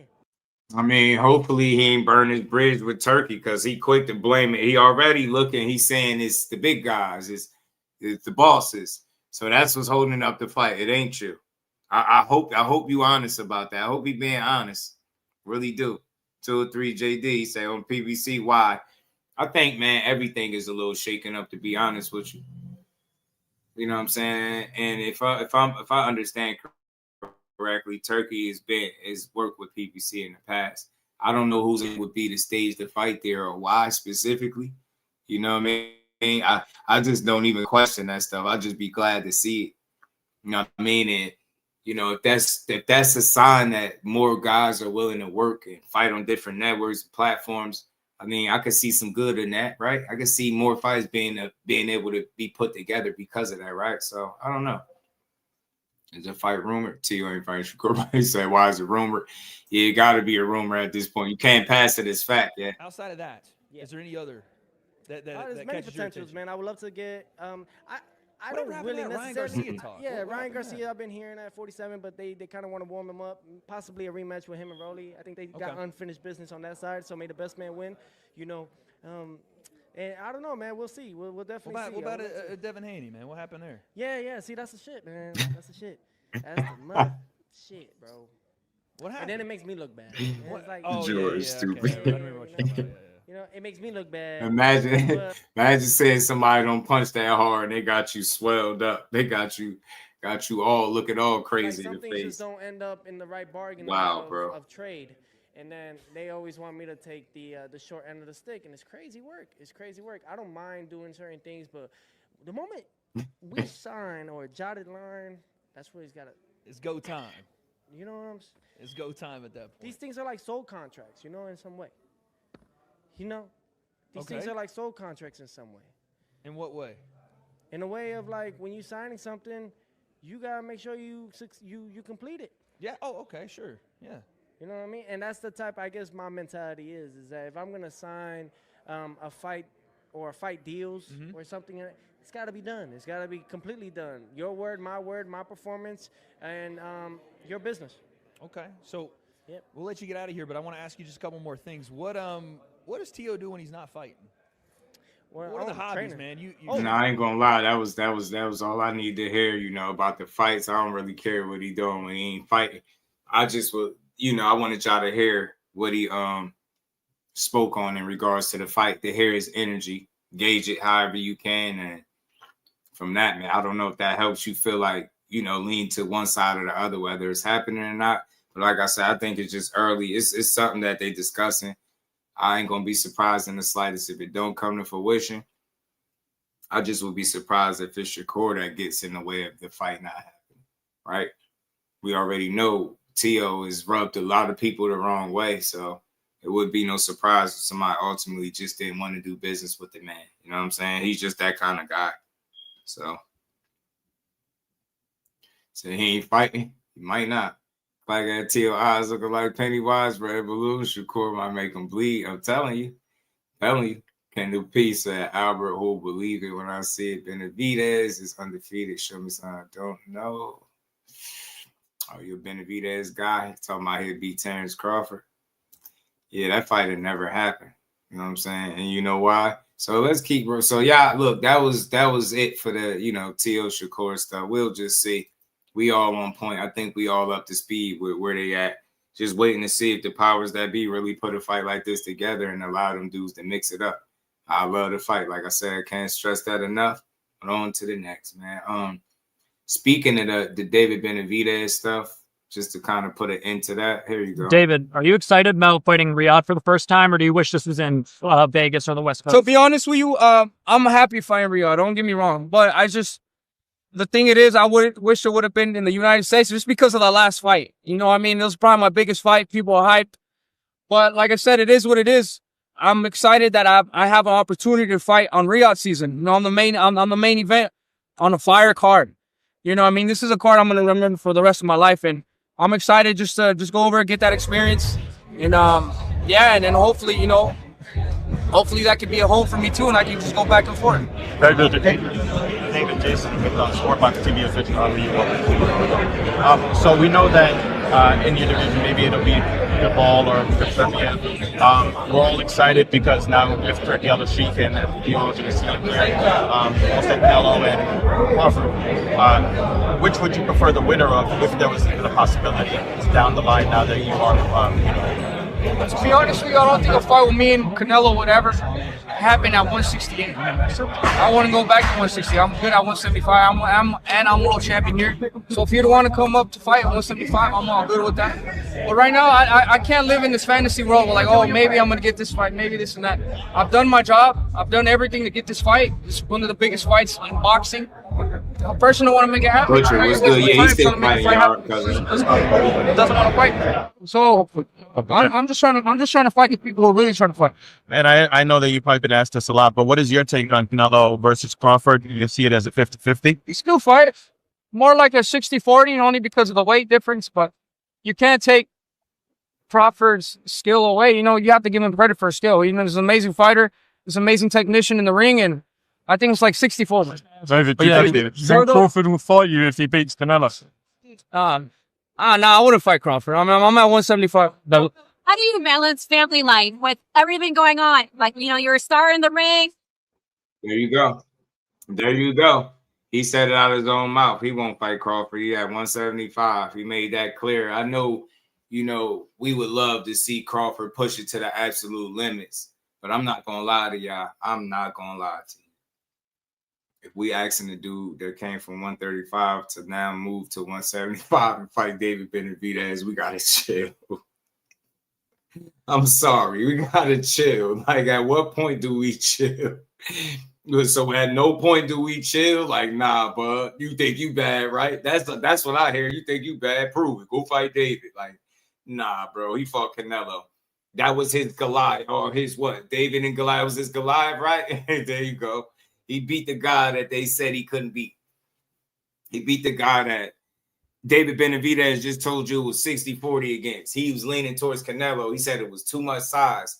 Joel Diaz called us idiots for picking Bud, right? Rolly Romero said we're complete idiots for picking Bud. Like, fighters was calling, and trainers and, fans was calling everybody out for picking Bud. They said, Remember the idiot that came through here and said 95% of the black community is blindly picking Bud Crawford. And then when he went, I bet you will never see that dude in here. Now they like, yeah, Bud, go fight a guy that could be at cruiserweight right now. Yeah, you think you bad, right? Next, he go do that. Next, it'll be like, well, I mean, while you at it, just go fight AJ or Usyk. I'm telling you. Bud went up to 75 and beat David. That they would not stop there. They wouldn't be like, oh, he could just retire and that's enough. Bro, they gonna be like, nah, bro, that ain't nothing. Go fight Usyk then. You know what I mean? Fight, you know what I mean? Really prove who's pound for pound number one. You know what I mean? They got you over Usyk. Prove it. Go up to heavyweight and fight him. Bud Crawford at cruiserweight, man. But nah, look, shout out to David Benavidez. I like the fact that he said, look, I'm at 75. I ain't fighting Crawford, dude. I ain't fighting no Crawford. Like, come on, man. And he said in a different interview that he don't want to make no 168. He ain't trying to make 168 again. But I also heard him say he would make 68 and fight for the titles. So I doubt it. I doubt it. I think he's up. I think he's comfortable there. I just don't think nobody in the world is calling for that fight. I think the only people that's calling for Bud to fight David Benavidez, I'm gonna be honest, straight up with y'all, is people that want to see him lose. It's not because you need to see how great he is. Look, and this is my point with that, and why I don't care for it, because it's nonsense. If through 42 fights, undisputed in 3 weight classes, a world champion in 5 different weight classes, don't prove to you that he's great or he's one of the best fighters of this era, then I don't think beating nobody else will prove that to you. You just never will believe it because you don't really like the dude. Or maybe you just think his other people so much better. I don't know. But if we going off of what he's proven to you, nah, man. Benavidez, I mean, that should be flattering for Bud that he got to fight a dude that could be a cruiserweight for people to be like they respect him. You know what I mean? It got to be flattering. He beat the guy that have moved and maneuvered around Benavidez. That shit should count for something. And I said it. Canelo gonna handpick his way into a loss. I said this on record, on live. I said this. Said he gonna fight one of those guys that really want to beat him. And Bud Crawford was the one. And I said it the entire way that I had Bud beating him, outboxing him on points. And that's what he did. I said it. Canelo Alvarez power has been overstated for some years now. I think the size, that was the Jedi mind trick that Bud pulled. And he showed the entire world that he ain't, you get what I'm saying? He wasn't too small. He showed everybody that weight wasn't that much of an issue. Shout out to Broly. What's good, homie? Had to wait months for another boxing fight. Depressing. I mean, we got Boots in October making his debut at 54. You know what I mean? I'm a supporter of what Boots doing. I believe it's just a matter of time. Shout out to Urban Mac. Bud is great, bro. So that's all I'm saying to the crowd. I'm not trying to sell him to you or nothing, but I'm just being honest and genuine as a boxing fan. What he did was make history. That's not no run-of-the-mill shit. It's easy to just say he's one of the best that's done it. And again, if you still stuck on resume talk, then just look how much better that Canelo's resume was considered than his. And where was that at when they fought? See what I'm saying? So Bud is a guy that I think him and Core got that in common, bro. I think the better the opponent, the better you got a chance of seeing them win, lose, or draw. I think, you know, the bigger the obstacle, the more they rise to the occasion. And that's what Bud just showed you. I mean, he did it with Earl Spence. People thought that was an anomaly. They was like, nah, Earl Spence wasn't good. He wasn't right. That shit don't really count. And then now he beat Canelo so convincingly, people are trying to find ways to take credit from that. And I just can't do that. I'm not here to do that. I'm here to give just due. So he went out there. Bill Haney planted the seed and watched it grow. He didn't think of it initially. Like I said, Bill threw it out there. He thought about it, and he went and done it. I mean, I think it's impressive because not too long ago, people was talking about Earl Spence challenging him after he beat Bud and stuff like that. They was already putting wins in the basket for Earl. And no slight to him, he's still one of the guys to watch. If he ever come back, I'm going to always rock with him. But I think Bud proved people wrong there. Then he proved people wrong again this past Saturday. And I think at 30, 37, he'll be 38, 42-0, all five division champion. Like I said, 3 division undisputed. That's history right there. Like, I don't know what else somebody should do to prove greatness. I don't know what name is out there that he has to fight for everybody to just be like, you know what? That little black man from Omaha he's a bad man, bro. Hey, it's just not that difficult, and just move on. You know what I mean? He ain't gotta be your favorite fighter. You know what I mean? You ain't gotta say he the best in the world, but shit, pound for pound, he definitely that. You shouldn't jab us too much for Canelo. Yeah, creativity. The creativity had him in trouble. The creativity had him in some real trouble. Creativity had him in some real trouble. And I said that all along. The versatility and creativity and approach of Bud Crawford will be the problems for Canelo. Canelo, remember I kept making a point of how he fight on that aqua bag and he load up on them hooks and uppercuts, just throw a bunch of power punches. Every time you see him, he's just throwing these big, hard punches. He placing them, but just he fights how he trained. Remember they say that, and we know Bud don't leave no stone unturned. And he got in there, man. He was employing all type of little tactics, bro, on Canelo. He just was a lot better than him overall. Consistent and better. Shit was impressive, man. Fans would be like, Bud, you better not run. Yeah, that's what they're going to say. Yeah, I bet you Bud going to be on his bicycle. Like, bro, Benavidez is a damn near a cruiserweight, bro. Ain't nobody fighting him. Not Bud anyway. Super Saiyan Bud. Shout out to Keys. You know it. And McQueen, the professor. Let's keep rolling, y'all. Let's keep rolling because while we on the topic, we're going to keep building on it.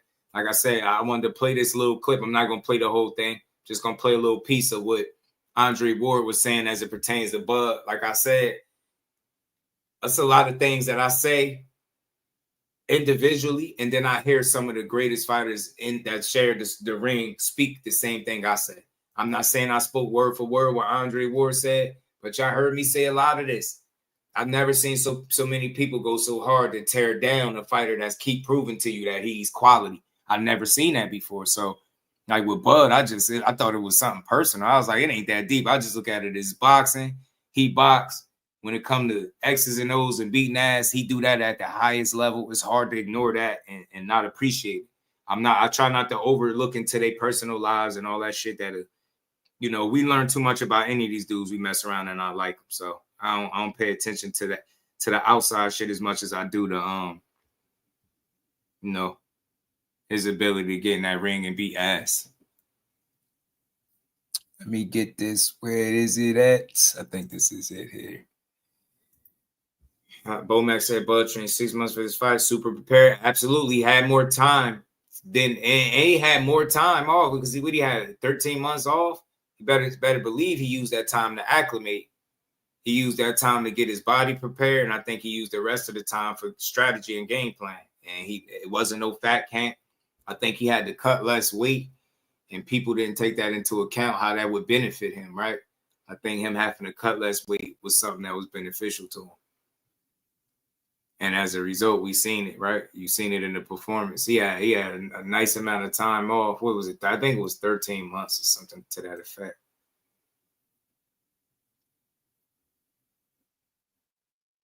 I think Bud needed time for nothing but the weight. Yeah. I think that was the me too, Cal. I think that was the biggest issue there. I don't want to say issue. I want to say the biggest challenge, right? You know what I'm saying? I think they were studying him for a while, but I think the challenge was really making sure that they put the weight on the right way or lost it and gained it the right way, just so it wouldn't be another Charlo situation where a guy going in there just not prepared as what he would like to be. You know what I'm saying? Not as prepared as what he would like to be, and it showed. It showed. That's why I say, and no disrespect, I want to make sure that y'all know that I'm not taking no shot at Charlo whatsoever when I say this. I was here for his career. I watched him under Ronnie Shields. I watched him develop his game and all of that shit. I watched him switch under Derrick James, Undisputed run, all of that. I'm very aware of Jermell Charlo. But through all of that stuff, man, I don't want this to sound crazy, but just in my opinion, the difference between him and Bud is I think Charlo is really, really good. Really, really good. Probably could perform, and be a great, fight, a great fight. I don't know overall if you just say he's great. I think that might be the separation between him and Bud, between the difference between really, really good, you know what I'm saying, and great. or if you want to say great and then you want to say generational talent, because I want to make sure I'm not slighting Charlo. So you want to say really, really good to great fighter that can perform, you know, at a really high level and, you know what I mean, elite level and get it done. Then I just think Bud is possibly, based on what he's shown us, a generational talent. To think it's a little bit different with guys like him. Cut from the Mayweather cloth. Am I saying he Mayweather? No, but I think he cut from that cloth where it was hard to bet against Mayweather despite who he fought, whether you liked it or not. Same thing with Bud. Just a guy that's hard to bet against and a constant professional, always in shape, always, you know what I mean, lived the right way. They got a lot of similarities, I think, that's contributed to the success that they had, even in the later stages of their career. David said I was favoring Canelo. I'm glad it was Crawford that did that. He's a great guy inside and outside the ring. People still don't give him credit.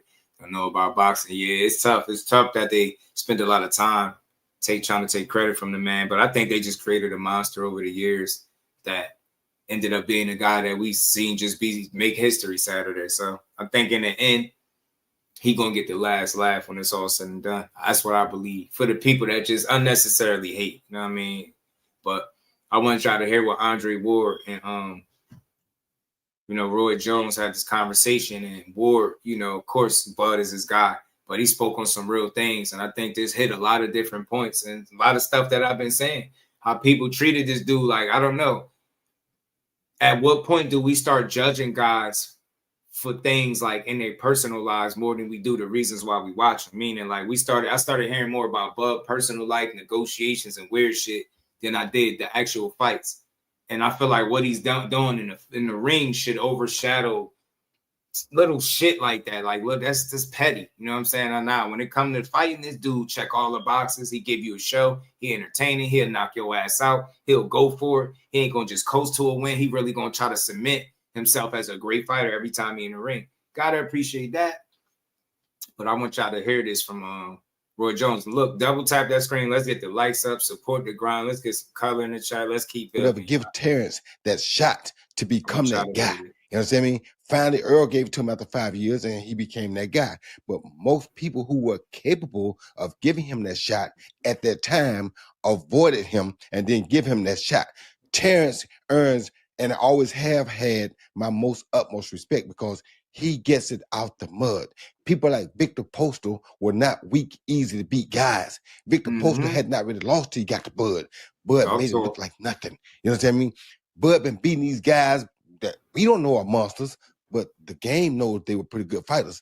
Damn good fighters to be exact. He been going through anything they brought to him for a long time. He did not manipulate the game. He hit the game head on, waited patiently until this time came, and took full advantage of that night.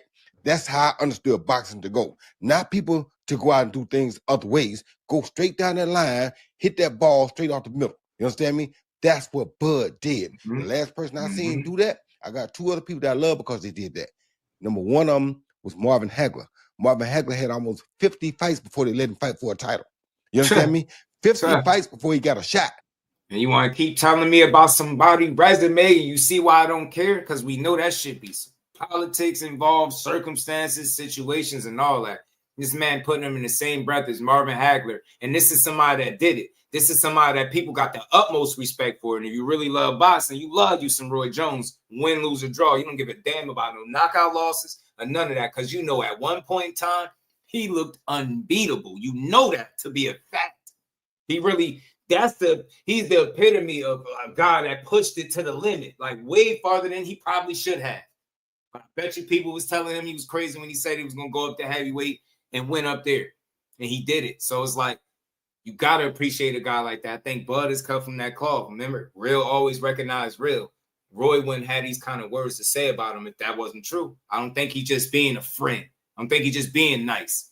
Because that's the case. Look at the way he talking about Bud and look at the way he talk about Floyd. That shit night and day.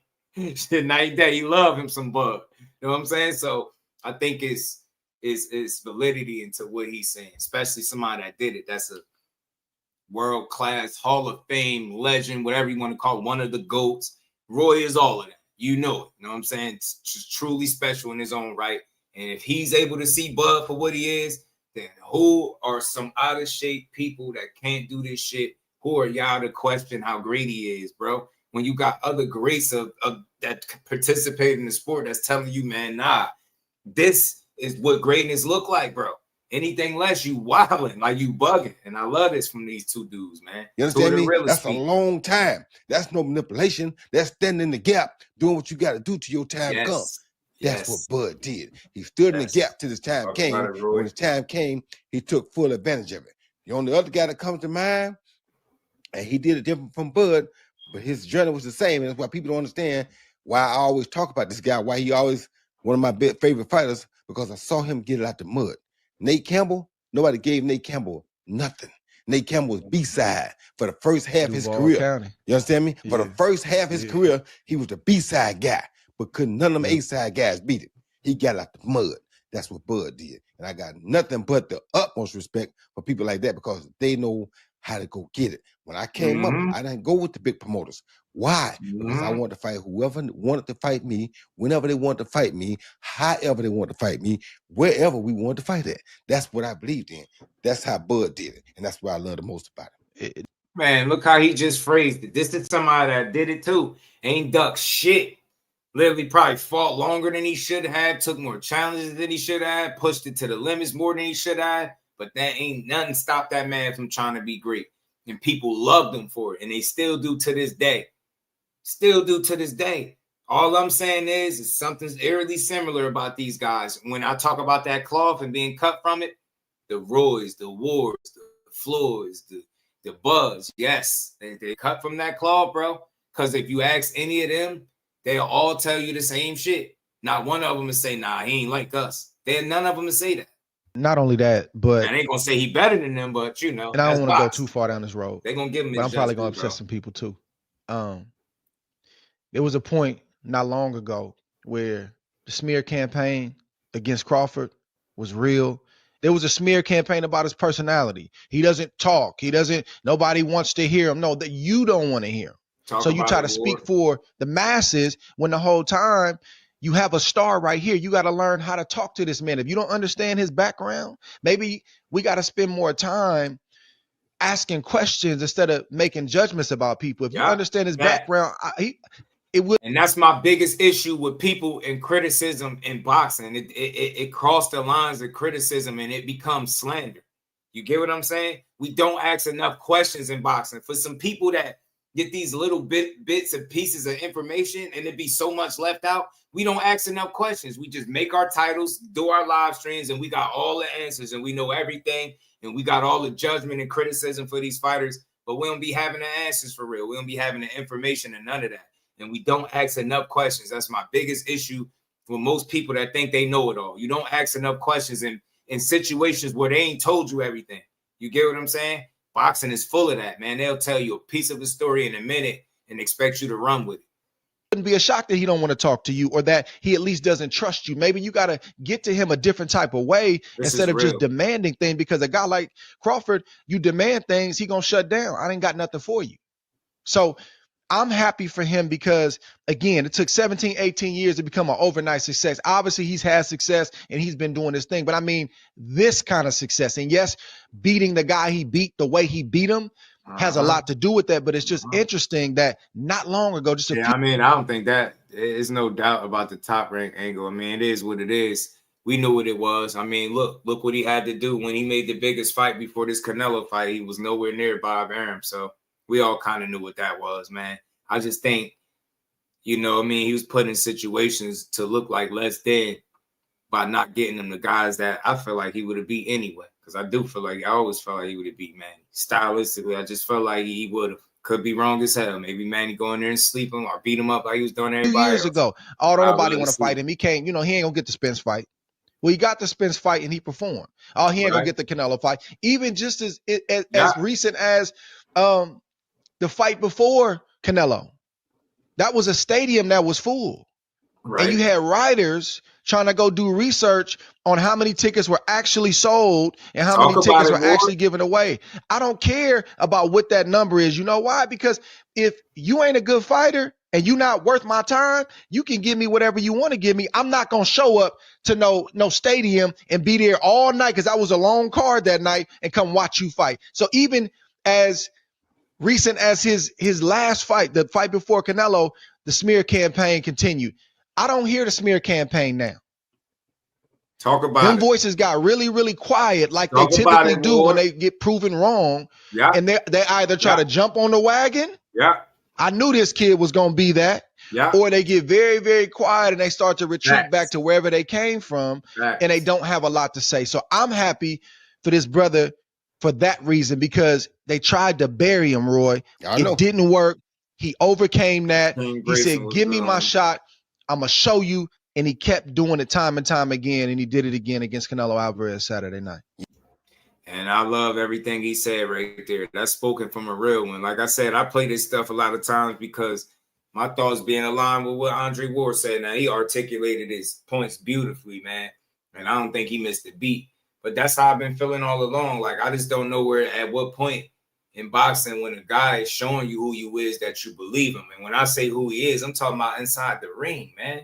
I ain't talking about how he tweeted and you know, how him and the fighter negotiated or argued. I don't care about none of that. I be talking about how this dude fight from fight to fight. Do he let you down? Is he a guy that you can't bet against? He one of them. A rare breed, a guy that, like, he got people coming out now like, man, I'll never bet against Crawford again. Some people learned the lesson. Like, some people just can't bet against, man. Floyd was one of them guys. Ward was one of them guys for a long time. Roy was one of them guys. I think Roy Jones could have retired undefeated if he wanted to. I really do. That guy just wanted to keep proving how great he was, and I think he did it till he couldn't do it no more. And I ain't got nothing bad to say about a Roy Jones. Nothing. I don't give a damn who got a knockout win. I don't care. And his absolute prime. Show me somebody that could beat him. Roy would have whooped your ass in his prime. No, and you know it. You know what I'm saying? So he pushed the boundaries, man, and I respect him for it. But it's hating because he turns fans' favorite fighters. Yeah, to nobody's. Yeah, probably so.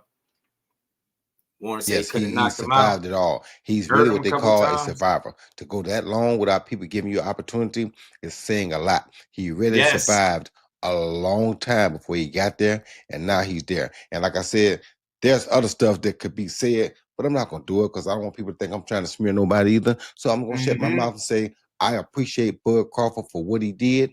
I appreciate Canelo for being a sportsman, the gentleman that he was. Got to give him credit for that. But Bud put on a hell of a performance. And if you didn't see that coming, shame on you, because I've been watching this guy since his first upset, which was against Brady Prescott. I knew way back then that this guy was something to deal with. You understand me? And it ain't changed one bit to this day. And that's what I've been saying right there about Bud. I just got an appreciation for him, bro. And that's all. You get me? I do. You know what I mean? When you get in there and beat ass on that level. And a lot of how he put it, you see how they put it? They not talking about his resume being weak, how he ain't got the, like, you know, he wasn't trying to fight nobody. He fought nobody. They wasn't saying that. They understand the game because they in it. They know that shit is more than what meets the eye, bro. And the times that he got his opportunities, look what he did with him. He had back-to-back, well, not back-to-back. He had an in-between fight with Madrimal. But he, you know, within the last 3 fights, he had two of the biggest fights of his career. And look how he stood tall in both of them. So if you thought Errol Spence was an anomaly and he really wasn't that good, it just was what Errol Spence wasn't. Well, look what he did to Canelo, and look what so many people were saying what he couldn't do. That's also, I appreciate this kind of conversation because it ain't toxic. And of course, y'all, I just want to put this out there. Remember, you clicked this live or you bumped into this live, scrolling, whatever you did, you on Jusdueboxing. And when I hear two legends of the sport giving another, I think a Hall of Famer when he retired, his Just Do, I'm definitely going to highlight it. This was a great conversation because this is coming from two people that I think is respected amongst the boxing circles everywhere, unless you weird. You ain't got to love Andre Ward, but you got to know that was one of the coldest in the game. And Roy, speak for itself. So when you got real ones speaking about it, it's hard to argue. That don't mean everything they saying is right, but this is coming from a place of experience, understanding, and two people that's being genuine to a guy that participated in the same sport that they still love to this day. And they know full well how hard it is to get to the level that Bud got to and stay at that level. We talking about since 2008. So all I'm saying is, man, get a man his flowers and just move on if you don't like the last time I believe he was actually the underdog. That was the last time, but people didn't think he was going to win it. Scott fight until Saturday night. Did exactly. Well, some people had him underdog against Spence too, but I kind of knew that's that. True. Yeah, I kind of knew that too. So, that's true. But I this don't know guy, what the odds were for that fight, but that's true. Yeah, this guy's a guy who comes up and he gonna perform to the level of his competition or to the level of his expectations. And I'm gonna tell you another thing: to be disciplined enough and to have the knowledge to know this, when you know a guy's really a student of the game. He studied enough to know that the best way to beat Canelo was from the southpaw stance. He never switched, not one time in the fight. Not one time. And I got a friend from San Antonio. I got to give him credit too, because he told me this before the fight. He said, watch, Bud won't switch orthodox not one time in this fight because he knows he don't need to. And sure enough, he was right. Coming out of this fight, I want to talk real quick about where Canelo and Crawford are now and what they should do next. You hear a lot of talk about Crawford now. Is he the greatest of all time?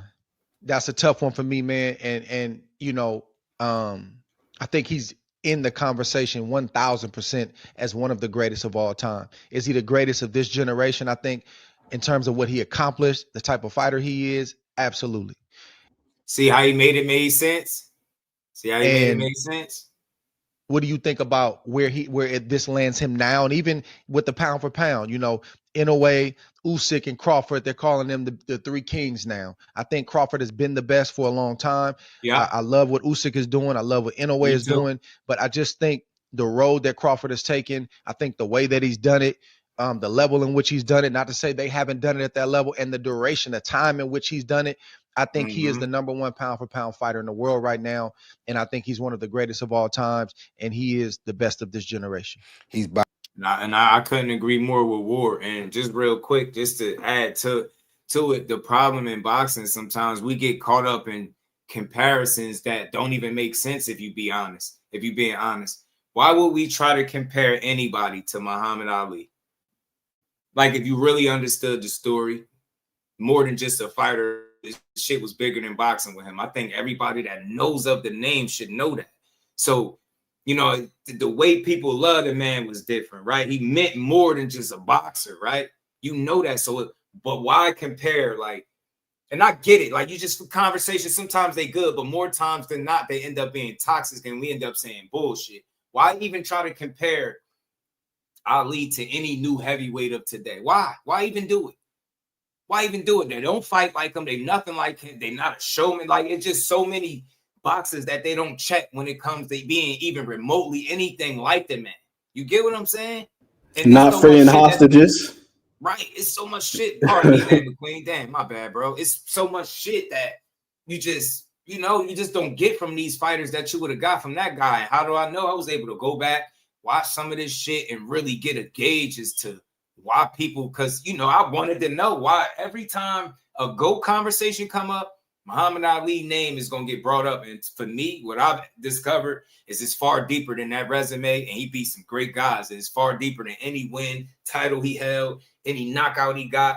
It just, when you mean more than the actual pain that you put in the ring, you're going to always have a special place with people. And that's where Ali at. So with that being said, most people don't even remotely come close to checking those kind of boxes, let alone being the kind of fighter that he was for his time, for them being that kind of fighter in their time. So why make a comparison? I'm going to just say, man, Ali, for the time and the homework and the fights that I went to go back and watch, because I ain't going to sit and say I've seen this shit as I ain't that old, you know what I mean? But I do my homework and I know what's what. I know who's who. That's not a guy that people can remotely come. They can't even hold a candle to that man. Not trying to be funny. And for a while, I used to be like, damn, it's like unanimous everywhere. It's Ali. I had to really do my homework, bro. And this is way before I had a channel. And I come to realize, I'm like, damn, I get it. He touched people way differently. This shit, he ain't even had to throw a punch. It just was different. You don't get that out of today's fighters. So why even try to compare that? You probably won't even see nobody duplicate shit that he did in the way that he done it. Just moving that way. And that shit just was different. Like, he cared about shit differently, man. People, I don't think fighters are the same today. So it's like, it's the reason why he in rare company. It's the reason why they hold him up there.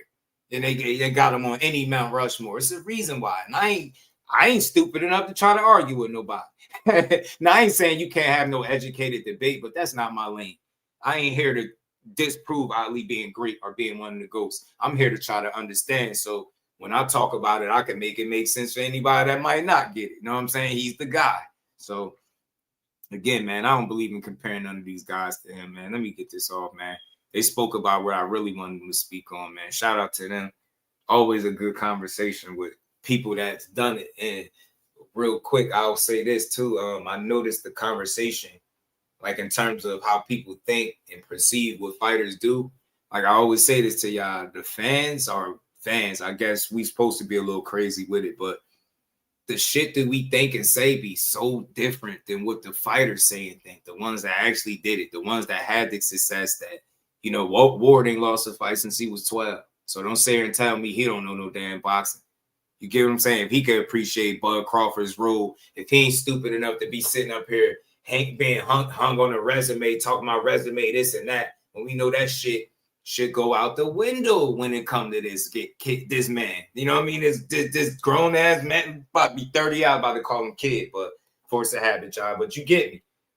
You get me. And shit is proven. Like I don't know what else. What else you could prove? I just don't know. I don't know what else. You know what I mean? You beat a guy that fought way better opposition and you beat him comfortably. Shouldn't that tell you that resumes ain't the end all be all?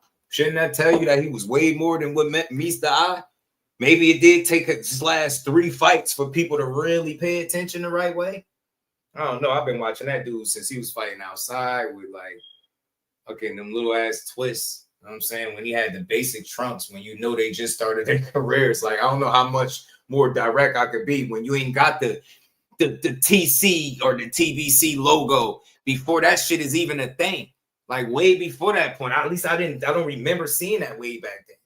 You know what I'm saying? I don't remember seeing it. It just wasn't as dominant with his apparel. It wasn't a movement the way it is now. Like he got a whole official logo and I like it, but shit wasn't like that, man. The dude was showing up with black trunks. They might have said title at the top. That's how serious it is, bro. You know a career just getting started, bro. You ain't got none of the fancy shit. Down to the sneakers, bro. Like I've been watching that dude for a long time. And he always been nice. Always been nice. Always, man. Said it's Crawford. Opponent sells 750 and 217. It's crazy. Crazy, man. That man is impressive, bro. Man is impressive. He is, man. Canelo can tell Ellie accept the loss. People should be able to do the same. Yeah, but Ellie full of ish, man, because he had it up. Like he had him up like 7-1 at the 8 rounds or something like that. He had Canelo up like 7 rounds to 1. So the fact that he even like, because at that point that's 8 rounds in. So you telling me Crawford did that much to switch it, and you ain't give him another round after that? I find that hard to believe. You gave that man 7 in the first 8 rounds. I find it hard to believe out of the last 4 or so. Like, you get what I'm saying? You ain't give him nothing, right? Just all for him being Canelo. Ellie, I don't know. I mean, guess that he in a different lane where I don't know. He don't do live streams, so you can just put out videos, let people criticize, ignore what you want. You don't really got to stand on shit you say. It ain't the same when you talk to an audience every single day. No matter how big that audience is, big or small, where you ain't got to stand on shit you say. You could just push it and just move on to the next thing. That's what kind of lane he in, where it's not much accountability. Can't say he don't know boxing. I just think he chooses to be naive to how he calls it. Like, and look, I don't like to talk about nobody, but whatever. I'll say what I need to say and move on. I don't like to call nobody biased or nothing like that. But if I've ever seen it like more blatant, I don't see too many people that's more blatant than him. It's like fanboyish. Like you've been in these circles too long to be that mesmerized with these fighters that you just fan out. I could never picture myself doing that ever. So shout out to him. I mean, something obviously working with what he doing, but I don't respect just not being honest about boxing. You know what I'm saying? And misleading the people, personal attacks on fighters, using your platform to drag guys and push narratives. I'm not a fan of none of that shit. So, I mean, you try to tell me Floyd would beat Sugar Ray Robinson. Like shit like that, bro. I get it for the right kind of conversation. Like if you having a conversation about like fantasy matchups and you just talking about what you think, it's cool. But to sit here and like argue somebody down as if what you saying is a fact because you watch film and you feel like you know boxing, it's just stupid to do. Why Sugar Ray Robinson can't just be the great that he was in his time? Like, I get it, like, depending on the conversation, but somebody will come left field, like, and you'll ask them, how many fights of his have you seen for real? He ain't seen a lot, man. They just know the name, bro, because people repeat it a lot. I'm telling you now, I know people be younger than me, so they're not about to lie and tell me you've been sitting up studying Sugar Ray Robinson when y'all won't even do no homework, you know what I mean, with these current guys. So it's crazy, man. Got guys never seen Lamont Roach fight prior to March 1st. Oh, yeah, that's a fact, because they like he speak on, like, people make it seem like he had no motion before the Tank fight. Now, of course, that shit bring different eyes to you, but again, they make it seem like it was just off the opportunity alone. No, the opportunity alone didn't get him the recognition. The way he fought when he got the opportunity got him the recognition, the staying power, the reason why people will still be, you know, even talking about him right now. This is why. It's because he fought so damn good. He fought well, way better than people anticipated. But they'll tell you, nah, man, he just need to be happy. They Tank gave him an opportunity. He just need to shut up. You got people justifying the reason rematches ain't happening because of how they talked to how he talked about. I was like, bro, y'all sound crazy. That shit sound crazy. But yeah, nobody really watched my roast like that. And I love outside the fight yesterday. Outside of that Herring fight, and you know what I realized too? I could tell how people talked about it. Most people talked about it after it happened. I mean, went and watched it after it happened. Like, after you realize, oh, you fighting Tank. Who that one loss he got to? I'm telling you, people went there. Oh, he lost to him. Oh, yeah. And then they made the assessment off that. Yeah. And you lost the you know, you Herring, man. He ain't beating Tank. You get knocked out. And it was wrong. Definitely was wrong. Yep. So you just gotta see the fights, man. You just never know what can happen, bro. That's all I've been saying. I agree, Irvin Mack. There is no wins, but the other thing I'll say is it's important to actually talk about how things may or may not play out stylistically, because oftentimes fighters of yesteryear, they just get automatic dubs because they're so romanticized. They're so they're like mythological creatures at this point. You just say, like, all right, this guy would lose to this guy because he's from the quote unquote golden era. It's like, nah, if we're looking at the attributes, we're looking at reach, how this guy fought. Right. Like, to me, like I'll give you an example. Roberto Duran is like the consensus greatest lightweight of all time, right? Right. But he lost to a guy that we don't talk about today, in Esteban de Jesus. So you mean to tell me there's not a lightweight today? Maybe a Shakur Stevenson, maybe even Tank Davis that could give him a run for his money. Like, these guys will automatically just lose to him. Just like, nah, these dudes are men too. Yeah. They were men too. Yeah. With 2 feet and 2 hands. Right. It's a lot of that. Yeah, you see that often too. You just automatically just be like, nah, and I understand the whole resume thing and all this other stuff, but I hate that conversation bad. I've grown to hate it more now because of what we just seen. Like, I hate it. I hate that the resume conversation because it's never like explained or like discussed thoroughly. It's just used as like a very surface level kind of argument or talking point, and it's not that. You really got to peel back the layers and discuss resumes and talk about opportunities, circumstances, like who's available. It's so many things to consider than just try to, he didn't fight nobody. It's like, you sure he didn't fight nobody? Yeah, or were you just not familiar with him, right? Because right. And the thing that I want to know too, I want to know how these so-called nobodies feel about this. Like, when somebody will look at Bud Crawford's resume and they'll say, like, well, he ain't fighting nobody. How did a guy who was 27-1 at the time and on the cusp of being a champion himself, if I'm not mistaken, the only loss that he had at the time was Lamont Peterson. The guy I'm referring to is Jerry John. And he was one of Pacquiao's chief sparring partners. And it was lined up where it was like, okay, Bud beats Jerry John, then that would be his opportunity for a Wasn't that fight with him and Lamont close? Yeah, it was real close, like a split decision. Real close, right? Yeah, real close at that. Yeah. Facts. Real close. So, I say that to say this. Like, how do you feel if you're Jerry John? If people saying like, yo, you ain't nobody. Or a guy like Felix Diaz, who was an Olympic gold medalist. Bud beat him. He was undefeated. He was an Olympic gold medalist. So all of a sudden, like Olympic gold medalists, they just grow on trees. They ain't shit now either. But then when it comes to certain guys, that's the thing that we use to substantiate them. Like Lomachenko, two-time Olympic gold medalist. This one, that Andre Ward, Olympic gold medalist. He was the last male Olympic gold medalist. Right. People hang that shit over Keyshawn's head. Ain't no Andy Cruz dude who beat him and kept him from getting a gold medal? Yeah. Andy Cruz, Olympic gold medalist. Felix Diaz won the Olympic gold medal. He's undefeated. Terence Crawford beat him. All of a sudden, he ain't shit. Yo, talk about it. I've been saying it for the longest. I get tired of hearing that resume talk because y'all just be repeating what other people say. I know some people that might have a genuine argument that they feel like they can make, but most people don't. They just repeat what they hear other people say.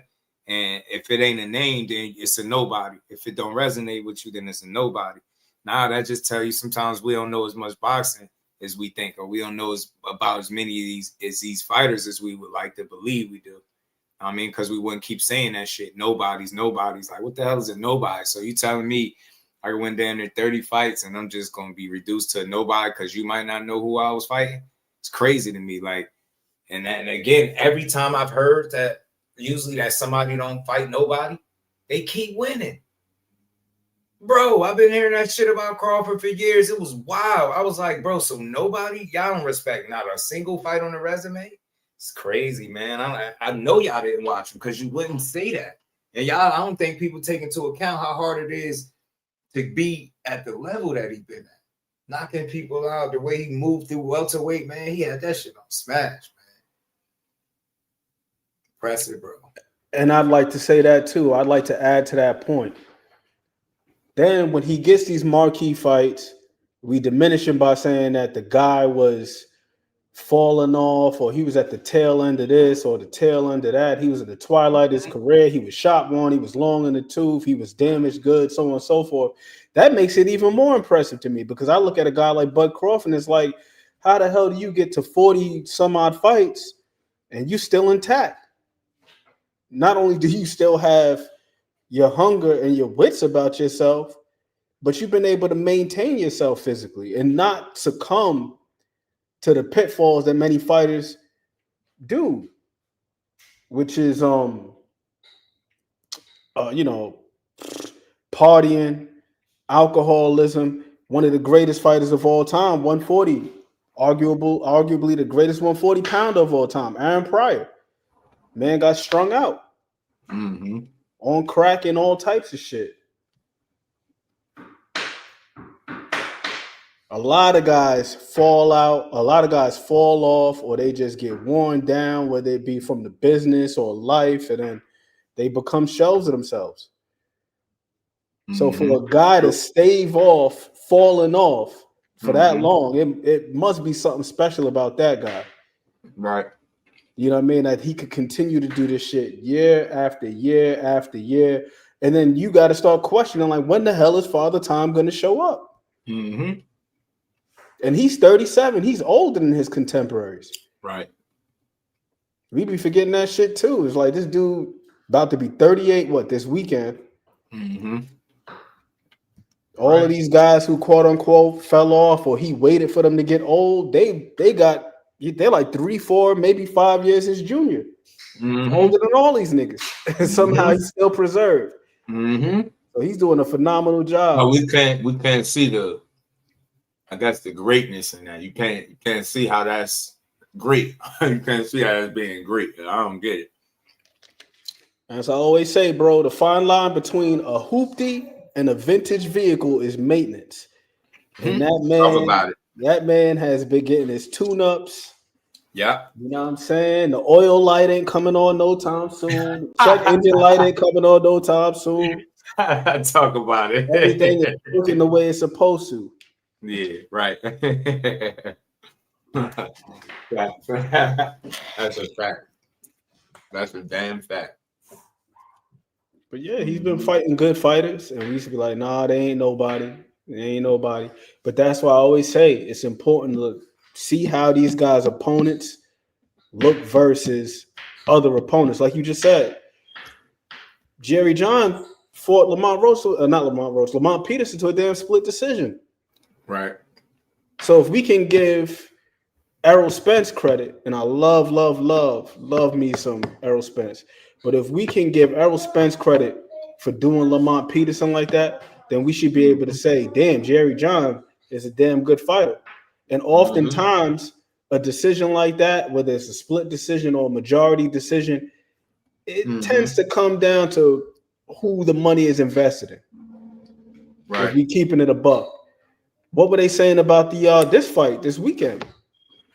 If Bud didn't take them last 2 rounds, they were close to giving them a draw, some weird shit like that. Yeah. Like how? Yeah. In what world could you watch what we saw Saturday night and say that shit was anywhere close? Yeah. Remotely close. That thing was the furthest fight I've seen in a while to it being a draw. Canelo looked dejected. The 11th round when he got hit with that damn jab, he looked like he was ready to walk out the ring and head to the shower. Right. Canelo, what gave you problems? Everything. Was it the speed? Was it the power? Yeah, he did. Yeah. I was talking about that with somebody. He did say that. It was everything. Does that sound like a draw to you? Right. It was everything. It was giving. I couldn't figure out his style. Yeah. Does that sound like a draw? Hell no. Right. Nah, that's real. He couldn't figure that man out for shit, bro. Yeah, he had his ass in a blender. Made sure his little girl went over there and dapped up Uncle Bud. This is T.O. Bud from now on. This is T.O. Terence from now on. Ghetto Fab, what it do? Somebody said, when is this fight happening? I seen that a second ago. Look, that's the thing. They supposed to still be working on it. The thing is in the air, right? He claims that they're both on board, and Mr. Powers that be that just got to make it happen. So we're just gonna keep following. I like to just like follow up. That's why you'll hear me revisit a conversation, because it'll be an update. It'll be a reason to talk about it. So I try not to force it, but my main reason for this is I like to fight on both sides for both guys, because it'll allow them to prove their worth. Fights like this is what talents like this need in front of them. You know what I'm saying? You Shakur Stevenson, you needed Teofimo in front of you. We was having this conversation. Shout out to my guy Adrien, and the conversation came up. And it's crazy how Tank fans are. And I gotta say that because that's what y'all are. You Tank fans, y'all only see shit one way. They was telling me that, obviously Shakur need to fight more, and Dean, shout out to my bro. He was saying his Tank resume better, he made more money, and I'm like, bro, resume is subjective, but who he fought, that was Shakur. Who Shakur fought, that was Tank. So you telling me again how they don't need each other? For boxing, they do. But in terms of we using the wrong words. Do they need each other? No. They can make money, be rich without fighting each other. And people would just talk shit about who ducked and who ain't want to fight for the rest of their life, right? But reality, you talking about proving something, and that's how I know that people don't care about, what. Don't tell me about no resume if you got an opportunity to fight the best guy that'll be on your resume, and you're making excuses for why you won't fight, or why the fight didn't happen, or what somebody got to do to make fights. I hate that conversation, so I'm gonna just leave it there, but. Again, and people got to start paying attention when it comes to these fights, how they get made, man. I always said this: when two guys want to fight, nobody got to press for nothing. It don't make a lot of sense to me. Like if you telling me, you'll tell me in one breath that fighter in the red corner wants to fight the fighter in the blue corner, but then at the same token, you're gonna tell me the fighter in the blue corner got to press the fighter in the red corner to make it happen. Fuck sense do that make? Especially if the fighter in the red corner does once on his own terms. Ain't no forcing his hand, ain't no calling his place, none of that. You would just watch the guy elect not to give you a rematch, and you think somebody could force him to do some shit because you could tweet, DM. None of that shit is gonna move him. You know what I'm saying? I don't believe business go that way. You think he is sitting around thinking about somebody DMing him what the fans gonna say? If he was so much worried about what the fans was gonna say, you think he'd be fighting Jake and not Lamont? So to me, I think fans are just confused that, sometimes, man, the fights that we be saying we want, they ain't even discussing them behind the scenes. That's what I keep saying. We be looking at fighters like, man, it's your fault. You need to do this. Nah, we need to stop being tricked, because as long as we being tricked, the business of boxing can fool us. We arguing about shit that they ain't even discussing. And they meaning the powers that be, meaning the fighters.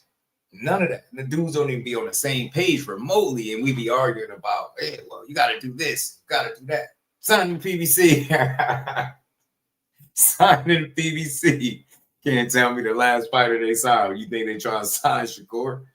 Make it make sense, bro. I'm very logical. I don't got all the answers, and I tell you quick I don't, but I ain't no fool. I don't just say anything. Like, that shit don't make sense. Tell me, think if they were truly looking to sign him, that Eddie Hearn would have got to him first? Come on, man. Like, people don't even be thinking. And what do they need him for if he ain't the ticket seller, right? It's like the more we had a conversation, the more people prove my point as to why they don't be knowing what's really going on. I helped two upcoming heavyweights sign the fight easy because they wanted to fight each other. Shout out to Behind Ass TV. That's all I'm saying. And I know some of the people might have been listening to the conversation earlier, maybe not, but it's always a conversation. Sometimes it could get lost and people would think you like arguing or nah, I just be trying to make sense. The rules apply when it's applied differently when it's time for certain guys to make fights. Get what I'm saying? Like, ain't no one thing I know about boxing. If a guy ain't planning to do something, unless you got something really off from, he has no incentive to go outside of his plans, then it's over for all that. Press him and make him do this and make him do that. DM him. Like, we was having an interesting conversation, but I just didn't think that none of those avenues will get you a fight. You get what I'm saying? Like, you got people saying they don't even want to talk to you. Like, nah, we ain't talking to you. Like, what the fuck? How the fuck you gonna fight them then? Who gonna talk to who then? Hey, that's why I was like, man, I hate. I please make that fight, but I'm gonna leave it there until I see that it's a real thing behind the scenes. I would never. I'll try. I can't promise you. I'll try my best not to ever talk about them two fighting until I know that that's something that's being done. Nah, just Shakur Duggan because he didn't need a tank. Shakur ain't got no power yet.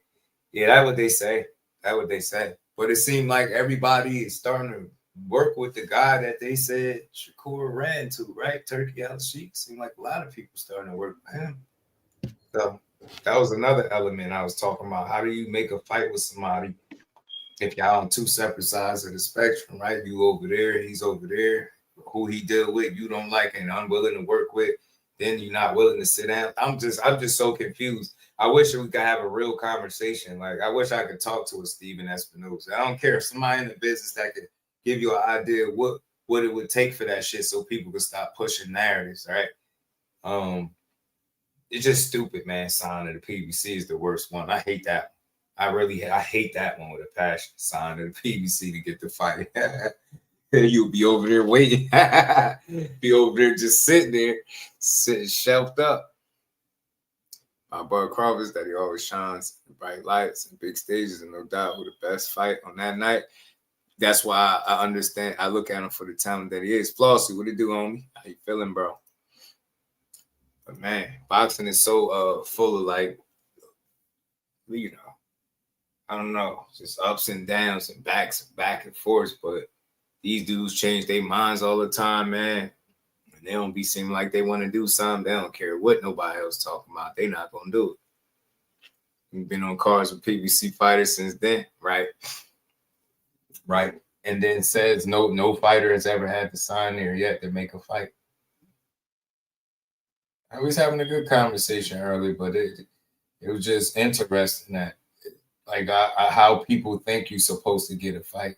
And then I literally hear people strip the guy that they brag about being the money guy, the A side. That's not the guy that got to make the fight. It's the dude that need to fight more. It's just like the rule. It gets so strange. It get weird. It's like, and then when they don't hear what they want to hear, they make you out to be a fan of one fighter or the other. No, I'm just not a fucking dummy, man.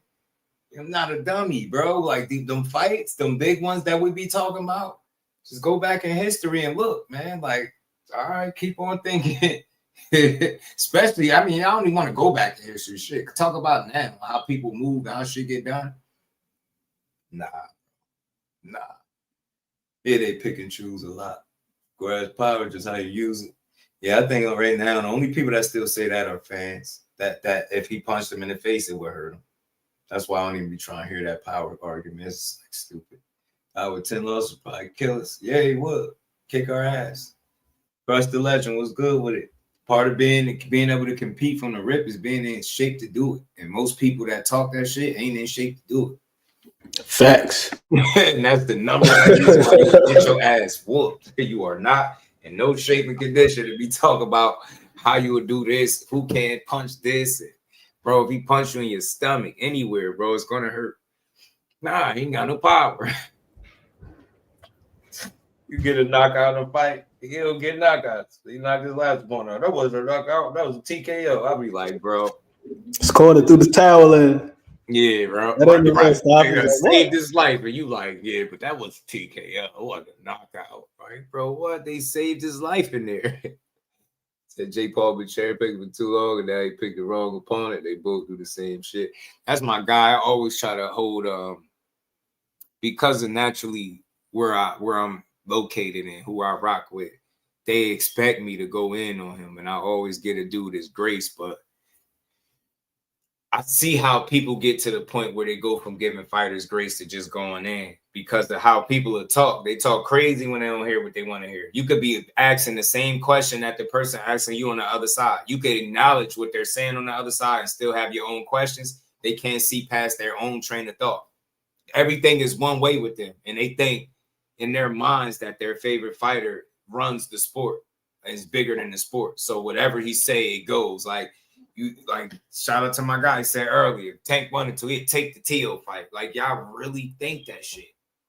Y'all really, and they really 100% they believe that's how business go.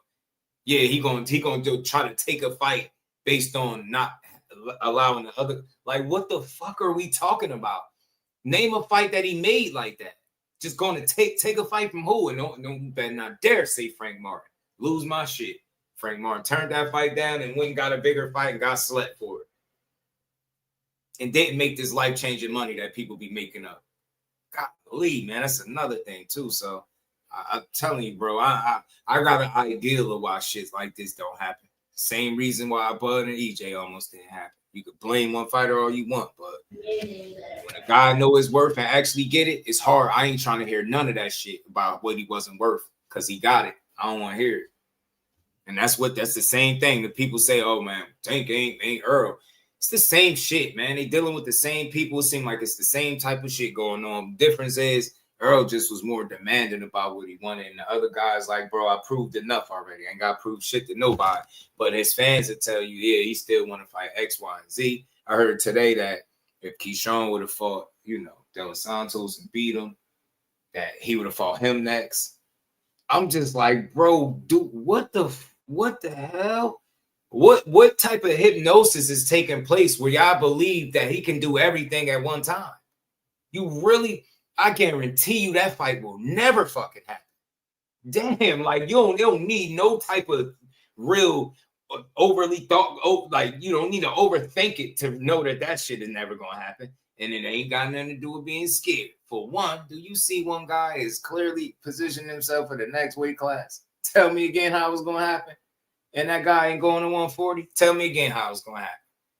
So it's like people, they just convince themselves of anything. The man told you he was gonna fight next, was in his locker room. That's the guy he ended up fighting. They still telling me Shakur got to do this to get the fight.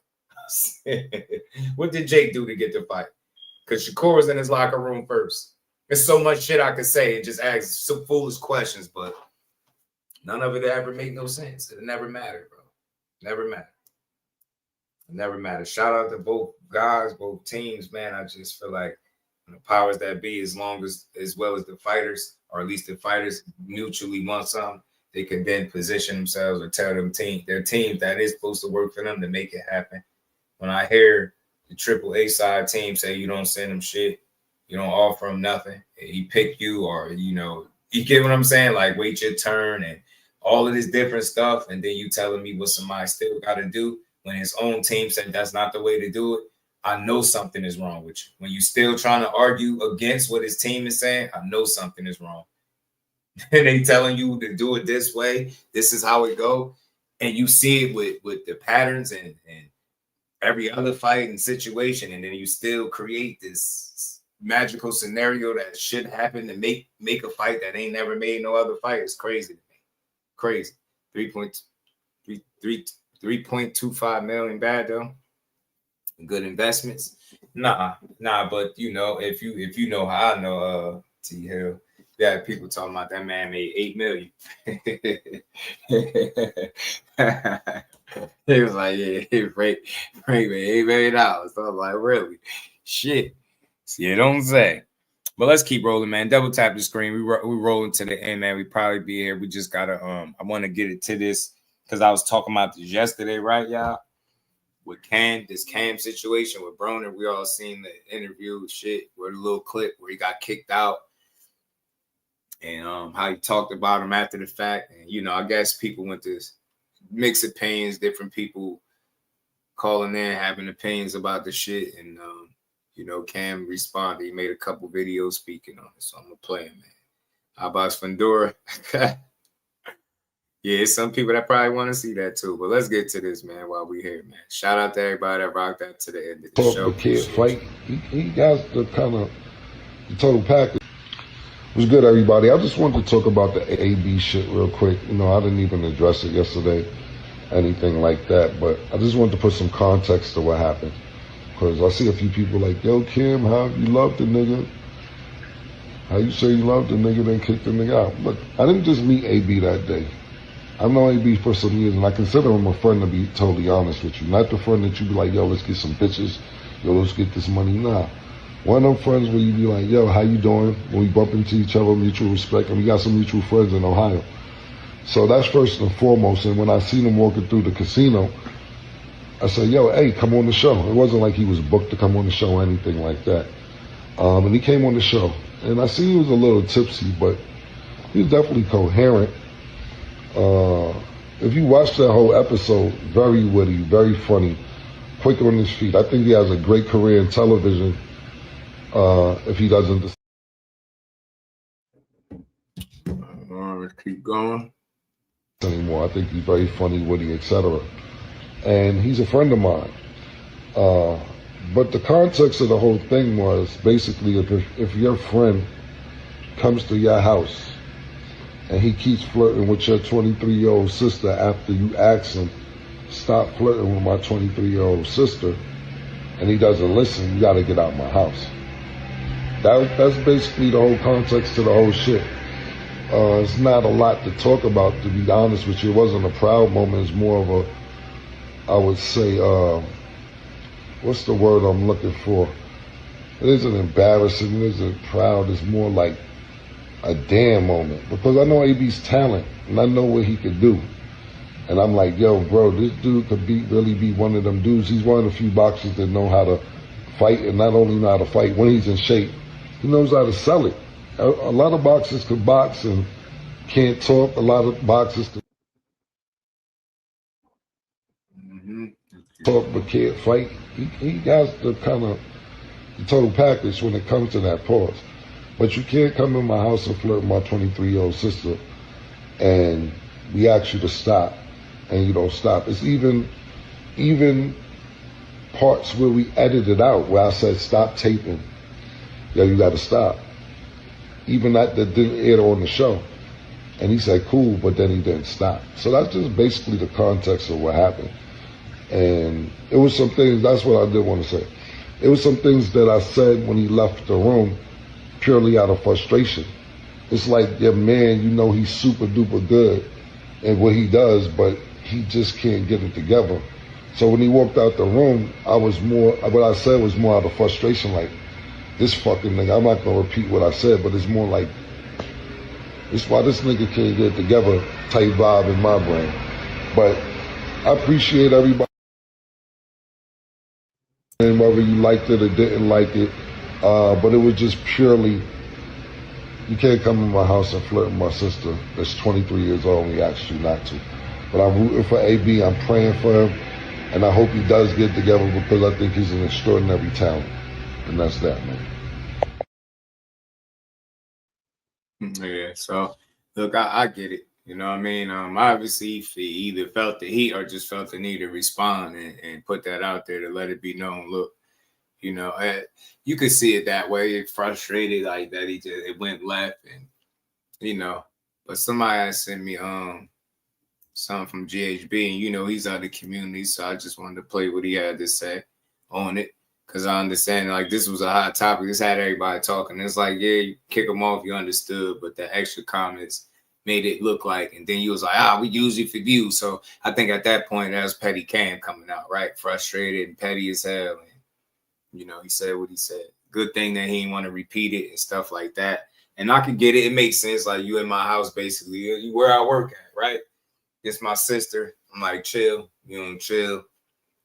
You know, I just guess people expected him to show a little more understanding because it is AB, right? And dude did seem like he was intoxicated, and it sounded like he didn't know he was going to be on the show at first. But this is what GHB said. He had a short response. So shout out to Greg. You know, he in this space with us. So Stretched Out Boxing, he's understanding parts behind his back statements. That's crazy, yeah. And that's what the only thing you can chalk it up to is being frustrated. There's no real justification to it, but you can tell the real reason and why you said it. And I think he was being honest. I think it was more so about frustration because Cam is at the point where he's super petty, yo. He don't care. He ain't even had to say none of that. So I think he was being genuine as far as like, yo, I was frustrated. That's why I said what I said. You know what I mean? So it is what it is. But GHB on the way. What's going on, ladies and gentlemen? This is Greg Hackett. So I made a comment yesterday about Cam talking the way he was talking about Adrien Broner after he left, called him a junkie. I mean, basically said that he was using him for entertainment. So the reason I said that was corny was because in the beginning of the interview, Adrien Broner said he didn't even know he was going to be on the show. So that was one thing. So before y'all asked him to get on the show, I'm pretty sure he arrived intoxicated. I'm pretty sure he was drunk already before he got there. And Cam stating that he was using AB for entertainment means you was trying to, you know, basically just using for clicks. My problem with it was he being an extra? Yeah, he was being a little extra with Stat. He was. But was he being disrespectful? I wouldn't say he was being disrespectful. He never really said anything out of his mouth that was like crazy. He was just like complimenting her, and he was just a little overboard with it. But when you bring on Adrien Broner, that's equivalent to like having DMX on your show and thinking he not gonna show up with a pit bull. Like that's like some shit. That's like, all right, you know what it is if you bring AB. Even if he's sober, AB gonna say some shit. Here's the thing. I kind of feel like it was best that he was drunk, because if he was sober, he might have put out, you know, he might have said some really crazy shit. You know what I'm saying? Him not knowing her situation. And he even went at the other young lady. He said, you know, something about the other young lady.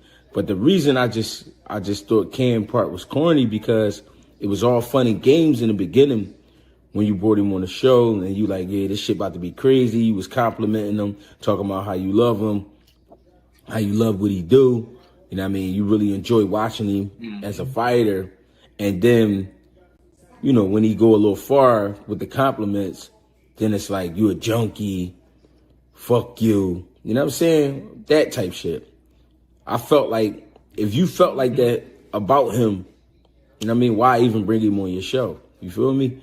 Why even get mad? Because you know he get like that. You feel me? And like I said, you could tell he was intoxicated before y'all brought him on. So I don't know. I just thought that shit was corny. You know what I mean? Some people disagree. I get it. I understand. But, you know, we all have our opinions. But I'm just the kind of person, like, if I see somebody is, you know, in that situation, I'm going to stay away from him, if anything. I'm not going to bring him on the show. You know what I'm saying? But, you know, it is what it is. Shout out to GHB TV, my guy, man. I understood where he was coming from. And this is like, as meant somebody, your family, or somebody you love, you treat them like you love them. But at the same time, how do we treat people we love? Sometimes the worst, right? So I think it was just a situation where Cam was probably figured he was going to chill. He didn't chill. then a little frustrated by that. He even had to deal with it, kick him off. And this was one of them situations, right? I think they can definitely have a conversation and move past it. You know what I mean? That's what it's all about. My only thing is this. You don't gotta feel sorry for AB. Pardon me, y'all. I'm just munching. But I ain't gonna pile on, right? I see you obviously ain't where you need to be. So why do I need to be the one talking so crazy about you? I don't need to be there. I don't need to add to that. That's really a guy that you listen, y'all. How many laws did AB got? Like 4 or 5? 5? Yo, every one of them joints, y'all. I was rooting for AB just to let you know what kind of AB fan I am. Like, hey, hey, fucking laws, bro. I think I had AB. I don't care who he was. Anyway, I got AB. John Porter. I got AB. Mike Downer. I definitely had AB. You hear me? All them losses, bro. Shit. Blair Cobb. I had AB, bro. You hear me? I'm gonna pick AB. That's my guy. So I don't know. I guess I see it a little different. And for me, just seeing him, he clearly somebody with issues. I know people in real life with issues. And just because he ain't my family or somebody I know personally don't mean I can't level with what he's dealing with. Obviously, it's bigger than just, just go get help. I guess that if it was that simple, then he'd go do it. And everybody that was in the situation would go do it. So, I don't know. Maybe it just wasn't the best idea to put him on live while he was drunk, maybe intoxicated. Probably wasn't a good idea, especially with him being at the point he at. Because I'll say this: him at the top of his game and focus, he wouldn't even been talking to her like that. I'm not saying I know him, but I just never seen him do nothing like that where he made yourself just look creepy in a sense where somebody saying chill. Like that's why I hate liquor, because you two gone to really feel as awkward as what you should feel right now. You should feel crazy what you're doing, and you're not feeling crazy fast enough. So you probably numb or whatever the case, and I don't even want to get into it too much, but mistakes happen, bro. At the end of the day, I don't think he said something or did anything you can't come back from. So, you know what I'm saying? I'm pretty sure they'll be able to have a conversation. If Cam could come make a video, talk about it, I'm pretty sure they can talk and hash that out. Shout out to 704 Joe. His 9th comeback. You should never went up to 47. Yeah, now that's where it went wrong, I think. Nick Ballin was good with it. Cam kind of say, be up. The drunk version, he shouldn't have did it. Shouldn't have did it. Not drunk, though. Not drunk. And Billy Martinez shouldn't be rematched yet. Why not? Why not? They just had a fight, a rematch, media rematch. I like that, Jordan. Shout out to you, homie. We're going to talk about it tomorrow. That's a good rematch. I can't even say the man kind of set him up. If you say, I only use you for this, and you set him up, it is what it is. No pun intended. Right. It is what it is. Very, very much so. That's what I didn't like about it. If it were this innocuous thing, you brought him up there because you wanted to show love and possibly shine light on his comeback that he's attempting. Cool. But that little snippet, it let us know everything we need to know about his intentions for bringing that man up there. So yeah, he did bring him up there for the right reasons. Yeah, the wild out and for the views, and you got it. Get them views, get them clicks. Treat this man like a damn a puppet in a minstrel show. Q was good with it, homie. Q2X in the building. He said we heard AB say he was tired of doing favors. Wasn't he doing Cam a favor? Stop doing favors. Right. Yep. Right. Yeah, AB is the ultimate people's champ. It don't matter how many times he come back. People still gonna be like, if he let his hands go, though.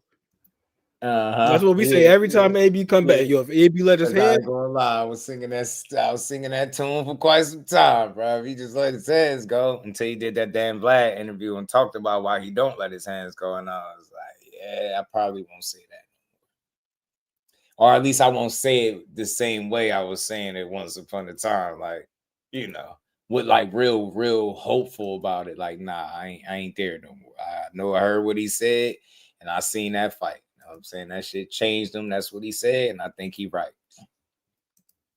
So I said, after Paulie, he was supposed to go back down. He wasn't supposed to stay at 47, and he damn sure wasn't supposed to fight Mike Donna after that. Care what nobody said. You could say what you want. He was good enough, yeah, but he wasn't prepared. That was one of them favors. At all.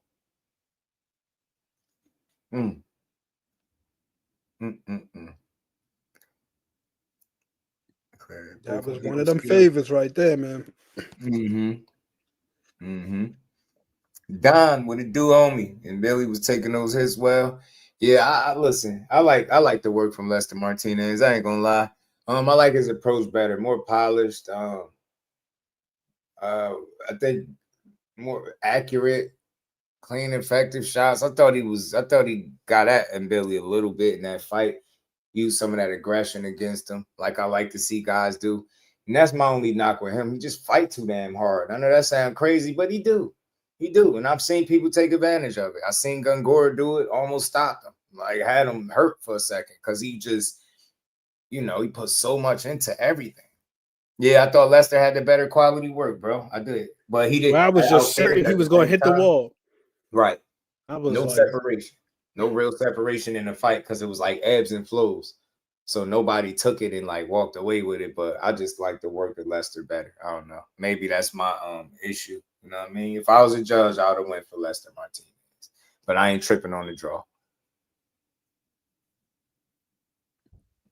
Yeah, I thought Lester's work was cleaner too. It seemed like it was a lot more thoughtful. Like he was placing his punches and Billy was just coming forward, throwing heavy shots. Yeah, he was going. I was like, damn. Yeah, I'm just not impressed by that approach, I guess. But the crazy thing is that fight that he had in the one prior with Sulecki, I think it was. Yeah. That was a beautiful knockout. And he placed them shots. I thought he was gonna come like that on Saturday night. That man said, hell with all that boxing. But you know what? Maybe because it was so early. Because he got Sulecki pretty early, didn't he? Yeah, he did, but he placing them shots though. He did, but I guess what I'm saying is maybe it was easier for him to maintain that level of composure without the fight being like pushed in the rounds with somebody giving it back to you. Because Lester kept having to answer right, fighting him back. And I think after a while, it just I had a feeling he was gonna fight like that, like a war of attrition. I don't even think it had to get to that point with Sulecki because he already but he was very disciplined for the moments that he was in the fight because he got him out of there. Great punch placement, bro. That was really good fight from him. A good win, great win. Do you think there's a possibility that he was looking to send a message to Lester, like he was trying to break his will early on? Because we know Lester is a rough and rugged dude too. Yeah. I can see that. Absolutely. Because that's how you fight, bro. And somebody like Lester, hard-headed dude, pretty stubborn in his own right, as we learned, right? Maybe you felt like you had to do that. You know what I'm saying? Maybe, but that's why I pick him to lose against certain guys. It's his approach, man. I do think it's a certain level of guy that he can mow over with that shit. But I just think the more quality guys that can take a shot and give one back, I think it's going to be a different fight. I think those fights going to always be tougher than Billy because he wins fights off like aggression and pressing and just going. And I'm not like, nah, bro, like somebody going to knock you out. That's what I'm feeling. I'm feeling like somebody could knock him out. That's how I really do. I was thinking that Lester was going to catch him at some point. I was like, bro, the way this dude fight, he's fighting so hard, he's going to relax for a minute and get caught. But his ass don't really relax, man. Damn super soldier. Bro be in there. He got a gas tank for a muscle head. Don't he? Because a lot of them dudes with them big muscles like that. Right. Don't be having a tank. Them dudes fight hard for like 3-4 rounds and then they fade after that. Yeah, not him. He going, bro. He'll have a little drop off here or there, but it won't be nothing significant. And he can keep it up for the most part. He can keep it up. It'll be those little moments, though, I think, where people could capitalize, where you obviously got to recharge the batteries a bit. You know what I mean? Those moments of rest. And I think that's how you beat him. Take advantage of the aggression, bro. And it's easier said than done, of course, for sure, because you're going to have to go through some hell because he be trying to hit you with everything, kitchen sink, bathroom sink, basement sink. Bro try to hit you with everything. Their shared opponent damn near got him up out of there. Because remember, both of them dudes fought Carlos Gongora.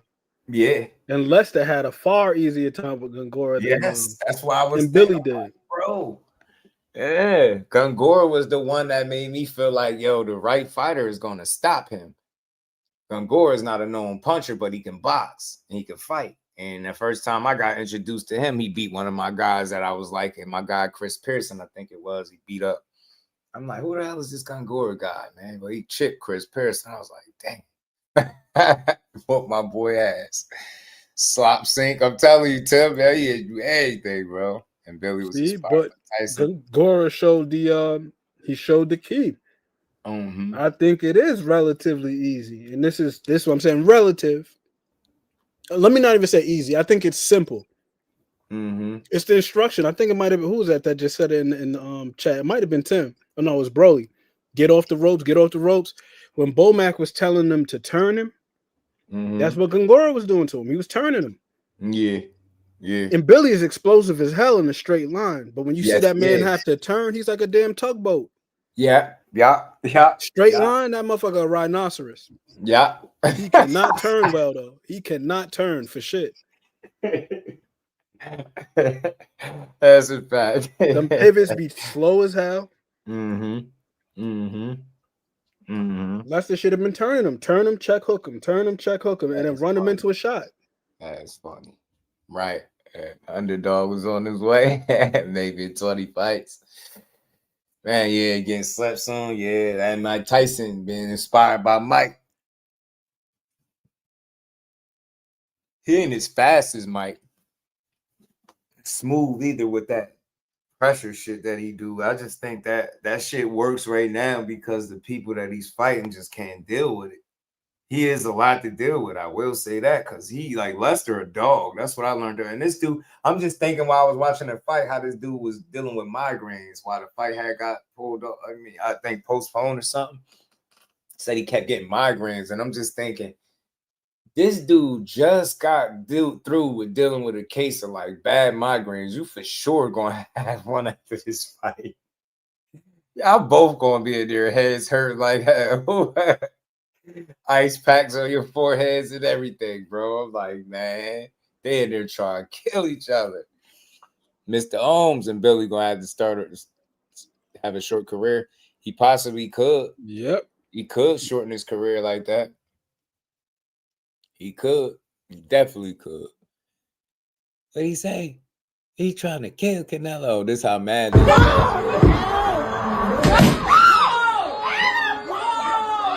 Oh shit. Bro, not the flat screen. Hell, he beat the flat screen. People are cleaning after Canelo just lost the flat screen up. Yo, Canelo lost it. Now he beat up the flat screen. He would have hated this. Crawford is trying to kill Canelo. Somebody call the police right now. This is battery and assault. Yeah, they look at it. They try to give him an assault charge right now. This shit is wild. I've never seen nothing like this. Just pandemonium. 3 weights champion. Blood. What is? Whoa. Oh man, shout out to my homie John. What's good, homie? How you feeling, man? But really humble until you get him pissed. Yeah, he is. That's why I was like, damn, we don't like guys that tweet like Tweeterson, right? Twitterson. We don't like that. Apparently Boots is too quiet. You get what I'm saying? I'm just like, damn, like we hate everything though. We don't like nothing. But then Bud is more reserved until but he's super competitive. You get him there, he on that. And then you like, nah, we still don't like him. Like, god damn, bro. Cut him some slack, G. That's what I'm trying to figure out as far as his character is concerned. Because for a number of years, bro, we've been hearing about how this dude is an asshole, he's a scumbag, he's this, he's that. But by the same token, he don't talk enough, he don't got enough personality. So which one is it? Like I can't recall one Bud interview where I was like, yeah, this dude is an asshole. Even like his own personal posts, like on IG, where I'm like, yeah, this dude is an asshole. I've been trying to understand it. where people been coming from, and I've been like, because I'm an open guy. Like when you say something, I try to, before I try to say if you wrong or right, I'm trying to understand you. And really, I don't care about wrong or right. If you got an opinion on something, I'm gonna try to see where angle you coming from. But I haven't been able to figure it out, bro. I haven't seen it. I'm like, if you're asking these guys to be perfect, then that's ridiculous, bro. But I don't want to hear no stupid shit about no tweets and what he said this and how he said this in the interview. I'll be like, bro, whatever, man. Y'all be looking for reasons to be mad. Looking for him. Because I promise you, the more I hear this dude talk, the more I actually like him. Mm-hmm. Yeah, especially with this whole villain thing that they've been they were trying to spin. They were like, you know, Bud, how does it feel to play the villain role? And somebody else asked him during the build-up, they asked him the question, you can go fishing with anybody in history, famous, past or present, dead or alive. Who you going fishing with? This man said he going fishing with his sons. Right. This is dude, he wanted to be an asshole. He's a villain. This dude could go fishing with anybody in history. Right. And he talking about he want to go fishing with his sons. I'm around my son. Come on. Yeah, Teo got a half-inch reach advantage, so they saying on this chart up here. But I don't think it. I think that'd be nullified. It'll just come down to who the smarter guy, better fighter, smarter guy, better game plan, execution, preparation. You know, all the stuff that made Core hard to deal with. It's gonna be in this NTO face that night, I believe. Callum, no, I don't think Callum is born, man. I just think everybody got to stop. Think about it, bro. It's called boxing. Everybody can't be a knockout artist, and everybody ain't gonna be overly excited neither. You know what I'm saying? Like, but my thing is, are you good? Right? I can deal with a little bit of like, oh, it ain't super exciting. I can deal with that, but are you good? Do you check the boxes? Can you box? Right? Can you actually box? And most guys, you know. What's wrong with that? I would pick my sons and pop. No, we like it. We like it. Now, ain't nothing wrong with it, but this is the guy that they'll tell you is the asshole, but the same guy that'll pick his sons to go fishing where he could have picked anybody in the world, but this is how he thinking, right? You know what I'm saying? And they were more so was expecting a different answer too. Like they was thinking like another boxer or probably something like that. Nah, bro said my son. So but people will find that and overlook it. But then they'll be like, well, he negotiated like this. He was an asshole. He made Earl do a coin toss. Like, bro. I don't like him. I'll be like, damn, no, you act like you was in the negotiating table getting, giving up everything, bro. Like, I get it, but that's why I say, man, don't paint that man to be no villain. They trying, but that's why I said Andre Ward and Roy Jones Jr. gave him his just due, man. That was really one of the best, I think, dialogues that you could hear with two of the most proven fighters in the world talking about Bud Crawford. Shout out to Everything Boxing. Was good, bro. So, yeah, man, I like it. Definitely selective outrage. They just don't like that man, yo. Like I said, the very next day of him winning, I happened to like scroll past on my phone and I just seen somebody trying to prove that he cheated. I was like, bro, my energy, man. Yeah, boxing channels take my energy, bro. Cause it's like, what's your end game, bro? Like you got some evidence. By now, you surely gotta have a positive failed steroid test. By now, you gotta have, somewhere where he was, stacking his hand wraps or using illegal wrap. Like at this point, you gotta have the evidence with him intentionally tampering with gloves.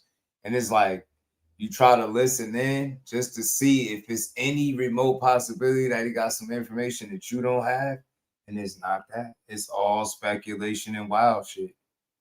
And the amount of people that will sit through it and like not, it is crazy. So, yeah, man. I don't know. It's undetectable, folks, man. That's why he won't fail a test. It's undetectable. It's undetectable. And then the question I had one day, during the whole undetectable thing, right? I asked somebody this. I said, okay, if he has access to the undetectables, all of these other guys, Oscar Valdez, Canelo Alvarez himself, and I'm not trying to shit on Canelo, but any of these other fighters that have tested positive, why would they not go deal with somebody who could get them something undetectable? Mm-hmm. But only But you he know, got Victor only work with certain people. with the secret So I'm like, serum. what's so special about him? Mm-hmm. Shout out to That you Forever wouldn't deal G's. with this other guy who's, I don't know, arguably the face of boxing. Uh-huh. But there's got to be something though, whether it be the hand wraps, the gloves. Even though Everlast, they came out for the Athleisure fight and said that the defective gloves were on them. Somebody said, nah, they didn't put that statement out. I looked on that official Everlast website. Then I was like, bro, y'all gotta fucking stop, man. This shit driving me crazy. Like, check it out. They want them to retire. They calling for them to retire right now. They definitely are. Yeah, now you gotta just retire. Just retire, bud. Just retire. And I had to pull this up real quick and laugh at it. Shout out to ETB because he just made me think of this coming in here. This was his post, man. This was Tank going off on one of his Tank and Maniac fan club, bro. I personally enjoy seeing this because this dude, how he followed me and got me blocked because he want to hate all day and D-Ride for another fighter. So, you know, Tank be snapping on everybody. He said, F y'all. A dude said, chill, A-Side really be going to bat for you, not gonna lie. I just keep it real, dog. False. I don't go to bat for nobody. False. I just state the facts. False. That's just strikeout. He bugging. This is what ninjas fail to comprehend about me. Lies. False again. Bro be jock riding. I've never seen somebody have something negative to say about a fighter for no reason at all every single day but this guy. And when it comes to Shakur, so look what Tank tell him. Nah, you actually a D-eater trying to be real, but you're real. Say you just went against me and didn't have full proof. You a bitch like the rest. Shout out to Dean, yo, because we was laughing at it earlier. I said, yo, Tank don't like nobody, bro. He mad at everything. No reason, bro. When that man say he need therapy, I get it, Tank, bro. Don't hold this man up from no more from trying to get no therapy, bro. Yo, he took his time to write that out, bro. He took his time, bro. Yeah, nah, dude bogus. He's a cornball. I ain't gonna lie. Like, some of these dudes on Twitter I follow because I was newer to Twitter. I don't even be caring about that, trying to grow on there, none of that, because it's so toxic. It's like I almost don't see myself caring. And I'm gonna talk I'll talk what I want to talk. I'll stand on whatever I say. Seeing one of the biggest trolls gain traction just from trolling and talking shit, I can't respect it on there. It's like, what the fuck is this? Fake, like, what is this? So it's like it's fake boxing world up there. It's like I never seen so many fake fans, and everybody tough. They rich, they got all the money, all the answers, they buy all the fights. It's like it's like, bro. It's like they join X, and joining X is like joining the army. Be all you could be. They just get up there and lie, create whole personalities, everything. Empty calories. I'm telling you, bro. Jordan, man, my guy said Larry is the fight for Bud. I don't know, maybe something at 60. Only because I heard him say it. And somebody said real quick, because we wrapping up, man. Shout out to everybody rocking out to the end of the show. Somebody said Bud was on some Jordan stuff. Hold on, where is it at? Where's that post at? Say he was banned. He goes Jordan, whatever that means. Hold on. Had to come in here and run the court.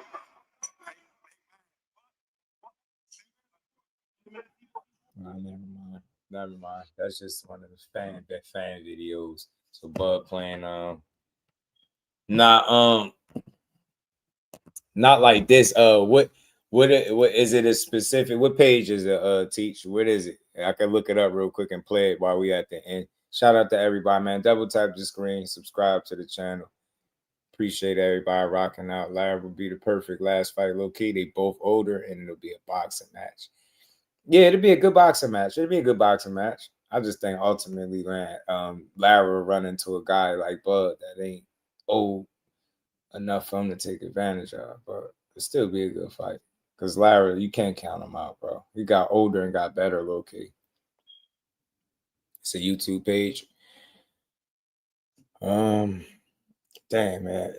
Damn, I wish you had IG. If you had IG, you could Send it to me. Or say what page it is or what it is. I'll pull it up. I got my phone by me.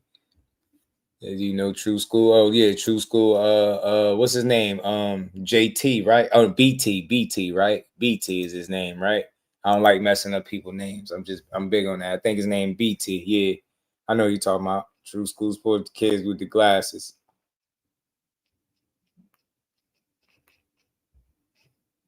No, just Abe Joint. I got you, teacher. I got you, my guy. Oh yeah. I had this in here, teach. You missed it. Out of your fucking mouth, Terence Crawford. There's levels to this, and his levels above you. Survey said. Yeah. I had that one, and I had the other clip, teach, that was a little bit longer, where she was like, "No, Canelo is still #1 to me. He's still better than Crawford."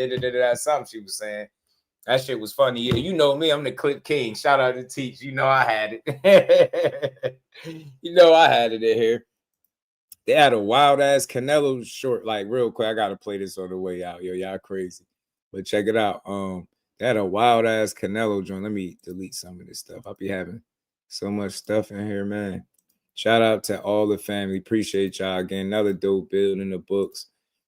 We just gonna keep building on this boxing and keep growing the channel, doing what we doing. But in words of the great Canelo on the way obviously, out. This is very tough for me to say now, but I will be retiring from boxing after tonight because I just got fraud checked by Crawford and he took all my fucking belts. I can't believe this shit. He just bent me over Mexican style in front of the whole world and fed me my tacos with his right jab whole night. I am embarrassed very much. Now you guys see why I was ducking Benavidez. I didn't want to get exposed. I thought I could beat this little black guy, but he was moving like Speedy Gonzalez in the ring. Holy shit, man.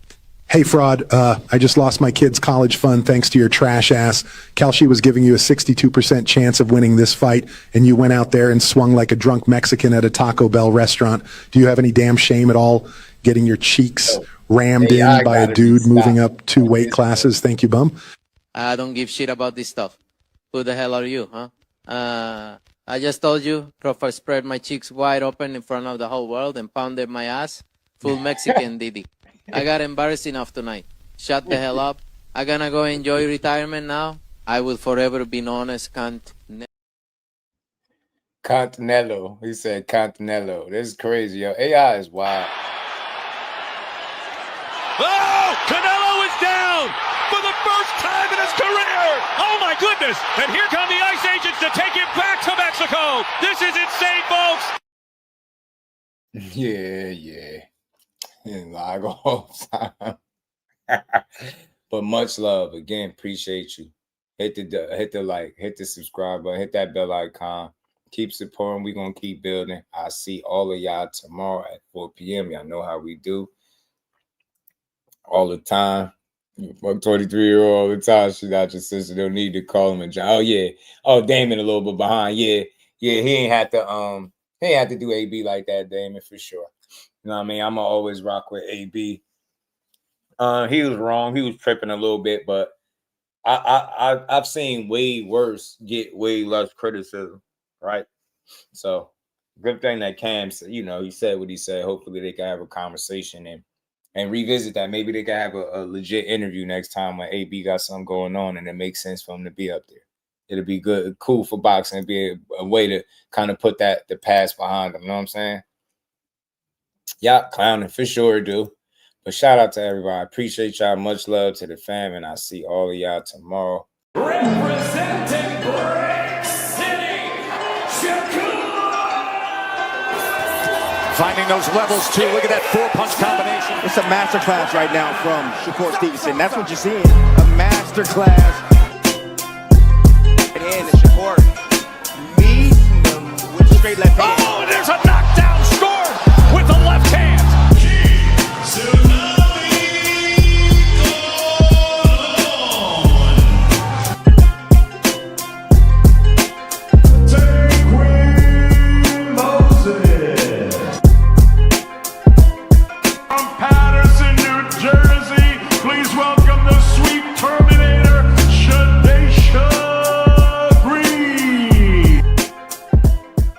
Make sure y'all subscribe to Jusdueboxing. It's probably the most unbiased channel on YouTube. Right now, we're going to give him his just due. Shout out to my brother Just Due.